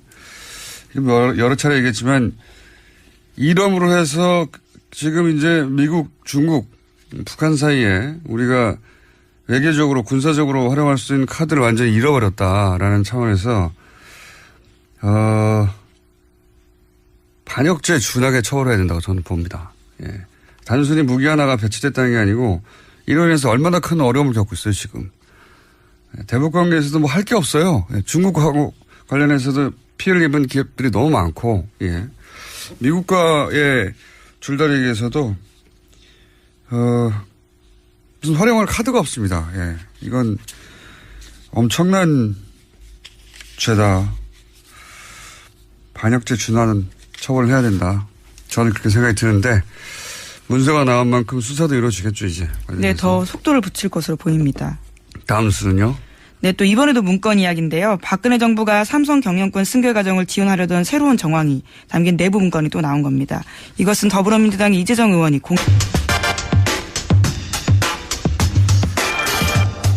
뉴스공장에서 오래전부터 준비해온 시리즈가 있습니다. 예. 문재인 정부 장관들을 만나다. 장관들을 만나기 너무 힘들어요. 시리즈는 오래전부터 준비했는데 김상조 공정위원장을 스타트로 저희가 장관급 인터뷰를 쭉 이어가려고 계획을 세웠으나 한 번도 진행이 되지 못하다가 김상조 위원장 출연 이후 거의 한 달 반 만에 장관님을 이제 모셨습니다. 네. 스튜디오에 나와주신 첫 번째 장관님 김은경 환경부 장관님 반갑습니다. 네, 안녕하세요. 반갑습니다. 그리고 감사드릴 수밖에 없는 게 반갑기도 하지만 저희가 여러 장관님들 인터뷰 요청을 했는데 그 악마의 속으로 내가 왜 들어가냐고요. 다들 거절하셨는데 이렇게 기꺼이 속으로 입장을 해 주셔서 감사를 드립니다. 아, 저도 사실은 좀 겁납니다. 네. 실무자들이 말렸을 것 같은데 굳이 나오셨으니 할 수 없습니다. 이제 이미 늦었고요. 예. 반갑습니다. 네. 자, 이 질문부터 드려볼게요. 문재인 정부 초대 장관, 초대 내각에 일원으로 지명됐을 때 네. 기분이 어떠셨습니까? 아, 뭐 여러 가지 생각이 들죠. 네. 네. 역시 나는 잘났어. 네. 글쎄요. 그거보다도 이제 조금 정말 해보고 싶었던 일을 할 수 있을까 뭐 그런 생각이 들었던 것 같아요. 해보고 싶었던 일이 환경 문제는 예나 제나 굉장히 많은 것들이 있죠. 실제로는 국민들이 환경 이렇게 생각하는 영역은 행정이 하는 영역보다 훨씬 넓습니다. 그래서 뭐 에너지 문제가 생기면 이것도 환경이다. 뭐 화학물질 사고가 터지면 이것도 환경이다. 그렇죠. 식품 문제 안전성부터 다 이렇게 생각하잖아요. 국민들은. 근데 실제는 이제 그런 그 정책 영역들이 환경에 들어와 있지도 않고요. 그런 정책들이 환경의 가치를 가지고 가지도 않는 게 이제 그동안의 상황이었죠. 이제 그런 것들이 조금 환경이라는 가치로 좀 바뀌어야 되는 필요들이 있는데요. 저는 뭐 이제 참여정부에서부터 계속 그렇게 해왔으니까, 이번에는 좀 그렇게 할 수 있을까? 감당할 수 있을까? 이런 생각이 좀 들었죠. 그때는 참여정부 시절에는 지속가능 비서관이라는 네. 게 있었죠. 네, 지속가능 비서관이라는 게 실제로는. 이름도 참 이상합니다. 지속가능 비서관. 비서관을 오래 하고 싶다는 뜻인 것 같아요. 그렇게 보실 수 있는데요. 사실 당시에는 이제 환경비서관이 없었어요. 네. 그 시절에는 환경비서관이 없었고, 그래서 환경 쪽의 이야기들을 다른 부처들하고 이렇게 같이 조정하거나 이런 이제 기능들을 중간에서 좀 했죠. 여전히 이제 환경적인 가치들을 중요하게 보았지만. 네. 그래서 기분이 그 책임감을 느끼셨다는 얘기입니까? 아니면 뭐 걱정이 앞섰다는 얘기인가? 아니면 기쁨은 그중에 몇 퍼센트 정도 됐습니까? 그걸 어떻게 달아보나요? 뭐. 그래도 기쁘긴 하셨죠? 그럼요. 네. 근데 왜 경선 때는 문재인 캠프가 아니라 안희정 캠프에 계셨어요? 제가 안희정 문재인보다는 안희정이 더 대통령감이다 이렇게 생각하신 거 아닙니까? 그거는 아니고요. 저는 이제 몇 년 동안, 오랫동안, 한 5, 6년 동안 그 충청남도의 정책 자문을 하고 있었어요. 네. 그랬기 때문에 그냥 여전히 뭐랄까, 공약 환경 분야에 이런 거 만들어드리고 그랬죠. 네. 저희 지금도 뭐 안희정 지사 좋은 대통령 될 거라고 믿습니다. 앞으로는? 네. 그럼 지난 경선 때도 문재인보다 낫다고 생각하신 거 아닙니까? 그러니까 그 캠프에 계셨죠. 네. 하지만 또 장관 지명을 하니까 바로 오시는 거고. 감사하게 생각했습니다. 장관 임명을 기대하시긴 하셨어요? 그러니까 이렇게 정책을 만들면서는 되게 이 정책을 어떻게 실현할까의 생각을 따로 하지는 않죠. 제가 가던 안 가던 간에 이 정책이 어떻게 실현됐으면 좋겠다라는 생각들은 늘 머릿속에 있으니까. 그러니까 본인한테 올 거라고 생각하셨냐고요? 그렇지는 않았죠. 제가 말씀하신 대로 제가 안희사 캠프에 있었잖아요. 기대 안 하셨는데 청문회는 일사천리로 진행이 됐어요. 그때 자유한국당 간사 이미자 의원이 네. 청문회 안 끝났는데 네. 채택된다고 축하한다고 얘기를 해가지고 네. 화제가 될 만큼 여야 모두 이제 환경부 장관의 화제가 전혀 없다고 본 거죠. 그래서 당일날 채택이 돼버렸어요. 네. 근데 너무 화제가 없어가지고 뉴스가 안 돼서 환경부 장관이 누군지 모릅니다. 사람들이 잘. 지금도 그렇죠? 그래서 나오신 게 아닌 것 같은데. 나오신 것 같은데. 요것도 하나 더 여쭤볼게요. 노무현 정부에서 청와대에 계셨으니까 청와대는 익숙하시잖아요. 네. 그죠? 네. 노무현 정부의 청와대하고 문재인 정부의 라고 봅니다. 예. 자, 실제 국정원이 직접 만들어서 내보내서 데모하고 돈 주고 한 앞에 자유가 붙으면 다 의심해 봐야 된다고 했었는데 예, 자유 대한수호실천본부라는 곳에 정체가 처음 드러난 거군요. 구체적으로. 대한민국 바로세우기 만들기 본부 뭐 이것도 마찬가지고 자유, 대한, 애국 이런 거 들어가는 거 의심해 봐야 됩니다. 다. 그런 식으로 만들었거든요. 의미 있는 단어들인데 모두 오염돼 버렸습니다. 그걸 욕할 수가 없잖아요. 자유, 대한, 애국을 말하는데 예. 자, 다음 뉴스는요. 네, 박근혜 전 대통령 구속기한이 오는 16일 밤 12시까지입니다. 그래서 어제 구속 연장 여부를 보고 법원에서 검찰과 변호인이 붙었습니다. 법원은 이번 주 안에 추가 구속영장 발부 여부 결정하겠다고 밝혔습니다. 이건 결정되면 논평을 하기로 하고요. 예. 저는 발부된다에 50원을 겁니다. 너무 적네 500원을 겁니다. 예. 자, 다음 뉴스는요. 네, 관련해서 박근혜 전 대통령 동정과 관련된 짧은 소식도 있는데요. 동아일보 보도입니다. 박 전 대통령이 요새 대망이라는 일본 소설을 읽고 있고 또 1심 재판 끝난 후에는 적당한 시기에 꼭 하고 싶은 말이 있다라고 주변의 뜻을 밝혔다라고 합니다. 하고 싶은 말이요? 예.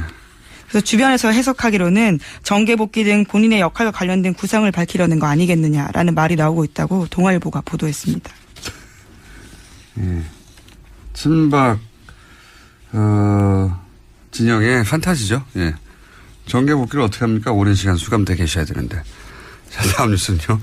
네, 조윤선 전 청와대 정무수석 관련된 뉴스도 있습니다. 어제 박근혜 전 대통령 재판에서 나온 증언인데요. 2014년 세월호 특별법 제정을 촉구하면서 단식하던 문재인 대통령에게 자살 방조라는 비난 여론을 조성할 것을 직접 지시한 정황이 나왔다라고 합니다. 관련된 행정관의 업무 수첩 내용인데 2014년 9월 23일자에 조윤선 수석 지시, 문재인 단식 피켓팅 시위 독려, 문재인 끌어내기, 자살 방조, 괄호하고 죽음의 정치 이렇게 쓰여 있다고 합니다. 재밌는 거는 이게 이제 박근혜 전 대통령 측의 유영하 변호사가 제기했다는 거예요. 예. 박근혜 전 대통령을 살리기 위해서 이제 조윤선 전 수석은 이제 보내는 거죠. 조윤선 전 수석 지시로 문재인 끌어내기, 자살 방조 뭐 등등. 요건 근데 김기춘 당시 비서실장이 당시 민정수석인 고 김영환 아마도 그 수석회의에서 했던 내용인 것 같은데 그 다이어리에 보면 똑같은 내용이 있어요. 자살 방조죄를 적용해가지고. 그 얘기를 듣고 조윤선 수석이 당시 행정관하고 회의할 때 똑같이 지시했다고 봐야 되는 거죠. 본인이 모른다고 할 수 없는 겁니다. 이제는. 네, 어제 행정관도요. 회의 때 메모한 내용은 맞다. 하지만 직접 지시를 받은 기억은 사실은 없다. 이렇게 진술했습니다. 뭐 기억은 필요 없어요. 본인이 써놨잖아요. 조윤선 수석이 지시했다고. 예. 그러니까 비서실장이 지시하고 수석은 행정관한테 지시한 고스란히 이어지는 내용입니다. 그리고 이 자살 방조죄라는 프레임은 김기춘 전 비서실장의 전매 특허 같은 거예요. 90년대 분신정국 있을 때 그 국면을 뒤집기 위해서 자살 방조죄라는 거 들고 나옵니다. 예. 네, 강기현 유서 대필 사건이죠. 네. 그래서 이 민주화운동을 탄압하고 하는데 써먹었죠. 니들이 자살을 방조했어 하면서. 유민 아빠 그 세월호 단식할 때 나온 거거든요. 예. 그때 여론을 뒤집으려고 또다시 끌고 난 프레임이 자살 방조죄인 것이고. 예. 이건 사실 사람으로서는 생각해낼 수 없는 프레임이에요. 예, 당시 악마적인 프레임입니다. 김영환 수석 메모에 보더라도요. 국민적 비난에 가해지도록 언론 지도라고 쓰여 있었습니다. 그걸 고스란히 이제 조윤선 수석이 행정관에게 본인이 듣고 지시한 내용이고요. 자살 프레임. 당시 그러니까 이제 세월호 관련해서 단식하는 것을 막아보겠다. 여론이 악화되는 걸 막겠다는 의도로 뒤집기 위해서 만드는 프레임입니다. 김기춘 전 비서실장이. 그걸 청와대 내에서 고소라는 행정부까지 제시가 이루어졌고 실제 그러고 나선 자살 방조 혹은 당시 일종의 이제 폭식투쟁이라고 네, 해서 폭식투쟁이라고 해가지고 일베에서 나온 사람들이 단식하고 있는데 가지고 피자 먹고 뭐 일배 국정원 또 나와야 되죠 여기 이렇게 되면 이런 일을 하는데도 국정원이 동원됐다고 봐야 합니다. 예. 그리고 이런 일을 지시했던 불에 있는 김기춘 비서실장이었고요. 수행자는 조윤선 수석이었던 겁니다. 그런 문건이 예상치 못하게 박근혜 전 대통령 측으로부터 제시되었다. 이게 재밌는 대목이에요. 예. 박근혜 전 대통령이 내가 지시한 거 아니야 라는 말을 하기 위해서 조윤선 수석을 보내네요. 여기까지 하겠습니다. 시사인의 김은지였습니다. 감사합니다. 공개한 내용인데 2014년 7월 달에 당시 청와대 민정수석실이 작성한 문건입니다. 여기에 내용을 보면 이건희 회장을 왕으로 이재용 부회장을 세자로 비유했는데요. 그러면서 왕이 살아있는 동안 세자를 잡아줘야 한다라고 적었습니다. 그러니까 경영궁 승계에 세자 대해서. 자리를 잡아줘야 한다. 예, 그렇죠. 세자를 잡아줘야 된다가 아니고. 예, 그렇죠. 세자 자리를 잡아줘야 한다라고 적었습니다. 네. 세자를 잡아버렸어요, 근데. 네. 청와대가 왜 사기업 승계를 나서서 걱정을 해주냐. 예. 승계 문제가 삼성의 아킬레스라는 거를 파악하고 있었고 반대 급부를 이미 오래전부터 생각해왔다는 일종의 반증 아니겠는가. 파악해보라고 하고 실제 파악하고 살아있는 동안 세자 자리를 잡아줘야 한다고 하고. 예, 아주 구체적인 내용들이 더 나온 겁니다. 본인들은 그럼 뭐라고 생각했을까요? 이건희 회장을 왕이라고 하고 세자라고 하면 본인들은 황제라고 생각했을까요? 예. 하여튼 그런 문건이 나왔습니다, 또. 자, 다음 뉴스는요? 네, 또 이번엔 다스 관련된 소식인데요. 이명박 전 대통령의 아들 이시영 씨가 올해 2월에는 다스 본사의 회계 재무관리를 총괄하는 직책도 맡았다라고 합니다. 그러니까 올해 2월 1일자로 넘겨받은 건데요. 작년 말부터 올해 초까지 중국 다스 법인 4곳의 대표를 넘겨받았고 또 이어서 자금관리까지 맡은 겁니다. 이건 기업들이 잘 하는 짓이에요. 그러니까 회사를 다른 사람한테 맡겨놨다가 이제 되돌려 받는 겁니다. 그러니까 자식에게 물려줄 때 이렇게 해요. 돈을 장악하는 거예요, 돈을. 당하지 않습니까? 예, 회계 재무를 장악하고 그리고 알짜 기업 대표에 취임을 하고 기업, 승계를 하는 거죠, 지금. 예. 승계를 받는 사람이 진짜 주인입니다, 보통. 근데 지금, 본인이 최대 주주인데 자신의 아들은 좌천시키고 지금 조카한테 주식이 하나도 없는 조카한테 기업을 전수하고 있는 거잖아요. 네, 이명박 전 대통령 아들이죠. 이거는 그럼 둘 중에 하나밖에 없는 거예요. 이시영 씨가 이명박 전 대통령 아들이 아닌 겁니다. 알고 보니까. 갑자기 이렇게 아침 드라마 소재를. 형님 아들인 거예요. 알고 봤더니. 예. 그렇지 않으면 실소유주가 이명박 전 대통령이거나 이렇게 의심할 수밖에 없는 정황이 계속 추가적으로 나오네요. 예. 저희가 약 한 달 반 전부터 계속해서 다스의 실소유주가 누구냐 얘기 계속 해왔는데 JTBC에서는 전혀 다른 각도에서 특종을 연일 내고 있습니다. 굉장히 중요한 뉴스고요. 자, 다음 뉴스는요. 네, 14군 알바단 그러니까 시발단 관련된 소식도 있습니다. 2012년 대선 직전에 박근혜 대통령 그러니까 새누리당 후보를 지지하는 불법 선거운동 조직이었었는데요. 당시에는 윤정근 목사만 처벌됐습니다. 그런데 검찰과 국정원이 최근에 이 관련된 수사를 다시 시작했다라는 건데 국정원과 윤 목사가 여러 차례 통화한 내역이 있고 또 시발단의 정체불명의 돈이 대선 앞두고 입금된 사실을 확인했다고 합니다. 전국이 나왔네요. 예. 이거 최초로 밝혀낸 게 누굽니까? 와. 이 시발단 조직을 추적해서 밝히는 게 바로 접니다. 예. 일단 박수를 좀 쳐주시고 옆에서. 당시 이 추적 이야기를 잠시 조금만 공개하면 처음엔 제보가 있었어요. 제보가. 누가 사무실에서 이상한 일을 하고 있다고. 예. 근데 제가 가만히 듣고 보니까 이건 틀림없이 댓글 알바예요. 예. 그래서 제보를 받고 6개월 정도 그 제보자와 함께 차근차근 추적을 했어요. 사무실이 어디 있는지, 예.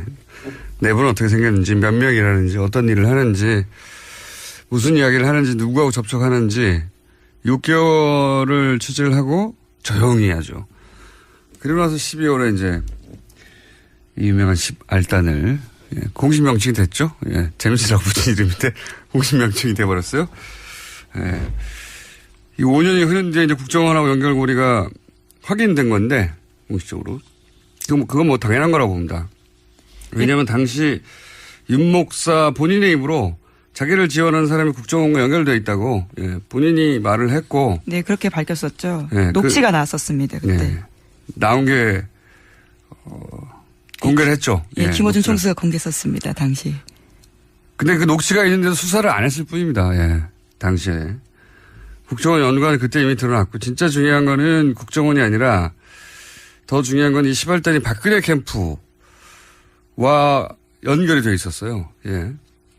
윤 목사 본인 입으로 당시에 박근혜 후보 보좌관과 계속 연락하고 있다고 그것도 녹취가 있었고 그리고 그 보좌관은 웬만한 삼선 의원보다 힘이 세다고 자기 입으로 또 얘기한 것도 녹취를 공개했었고 박근혜 직라인이다 이런 표현도 했었어요. 예. 박근혜 밑에 가장 힘센 사람이다 이런 표현도 있었고 그 사람이 자기 사무실에 온다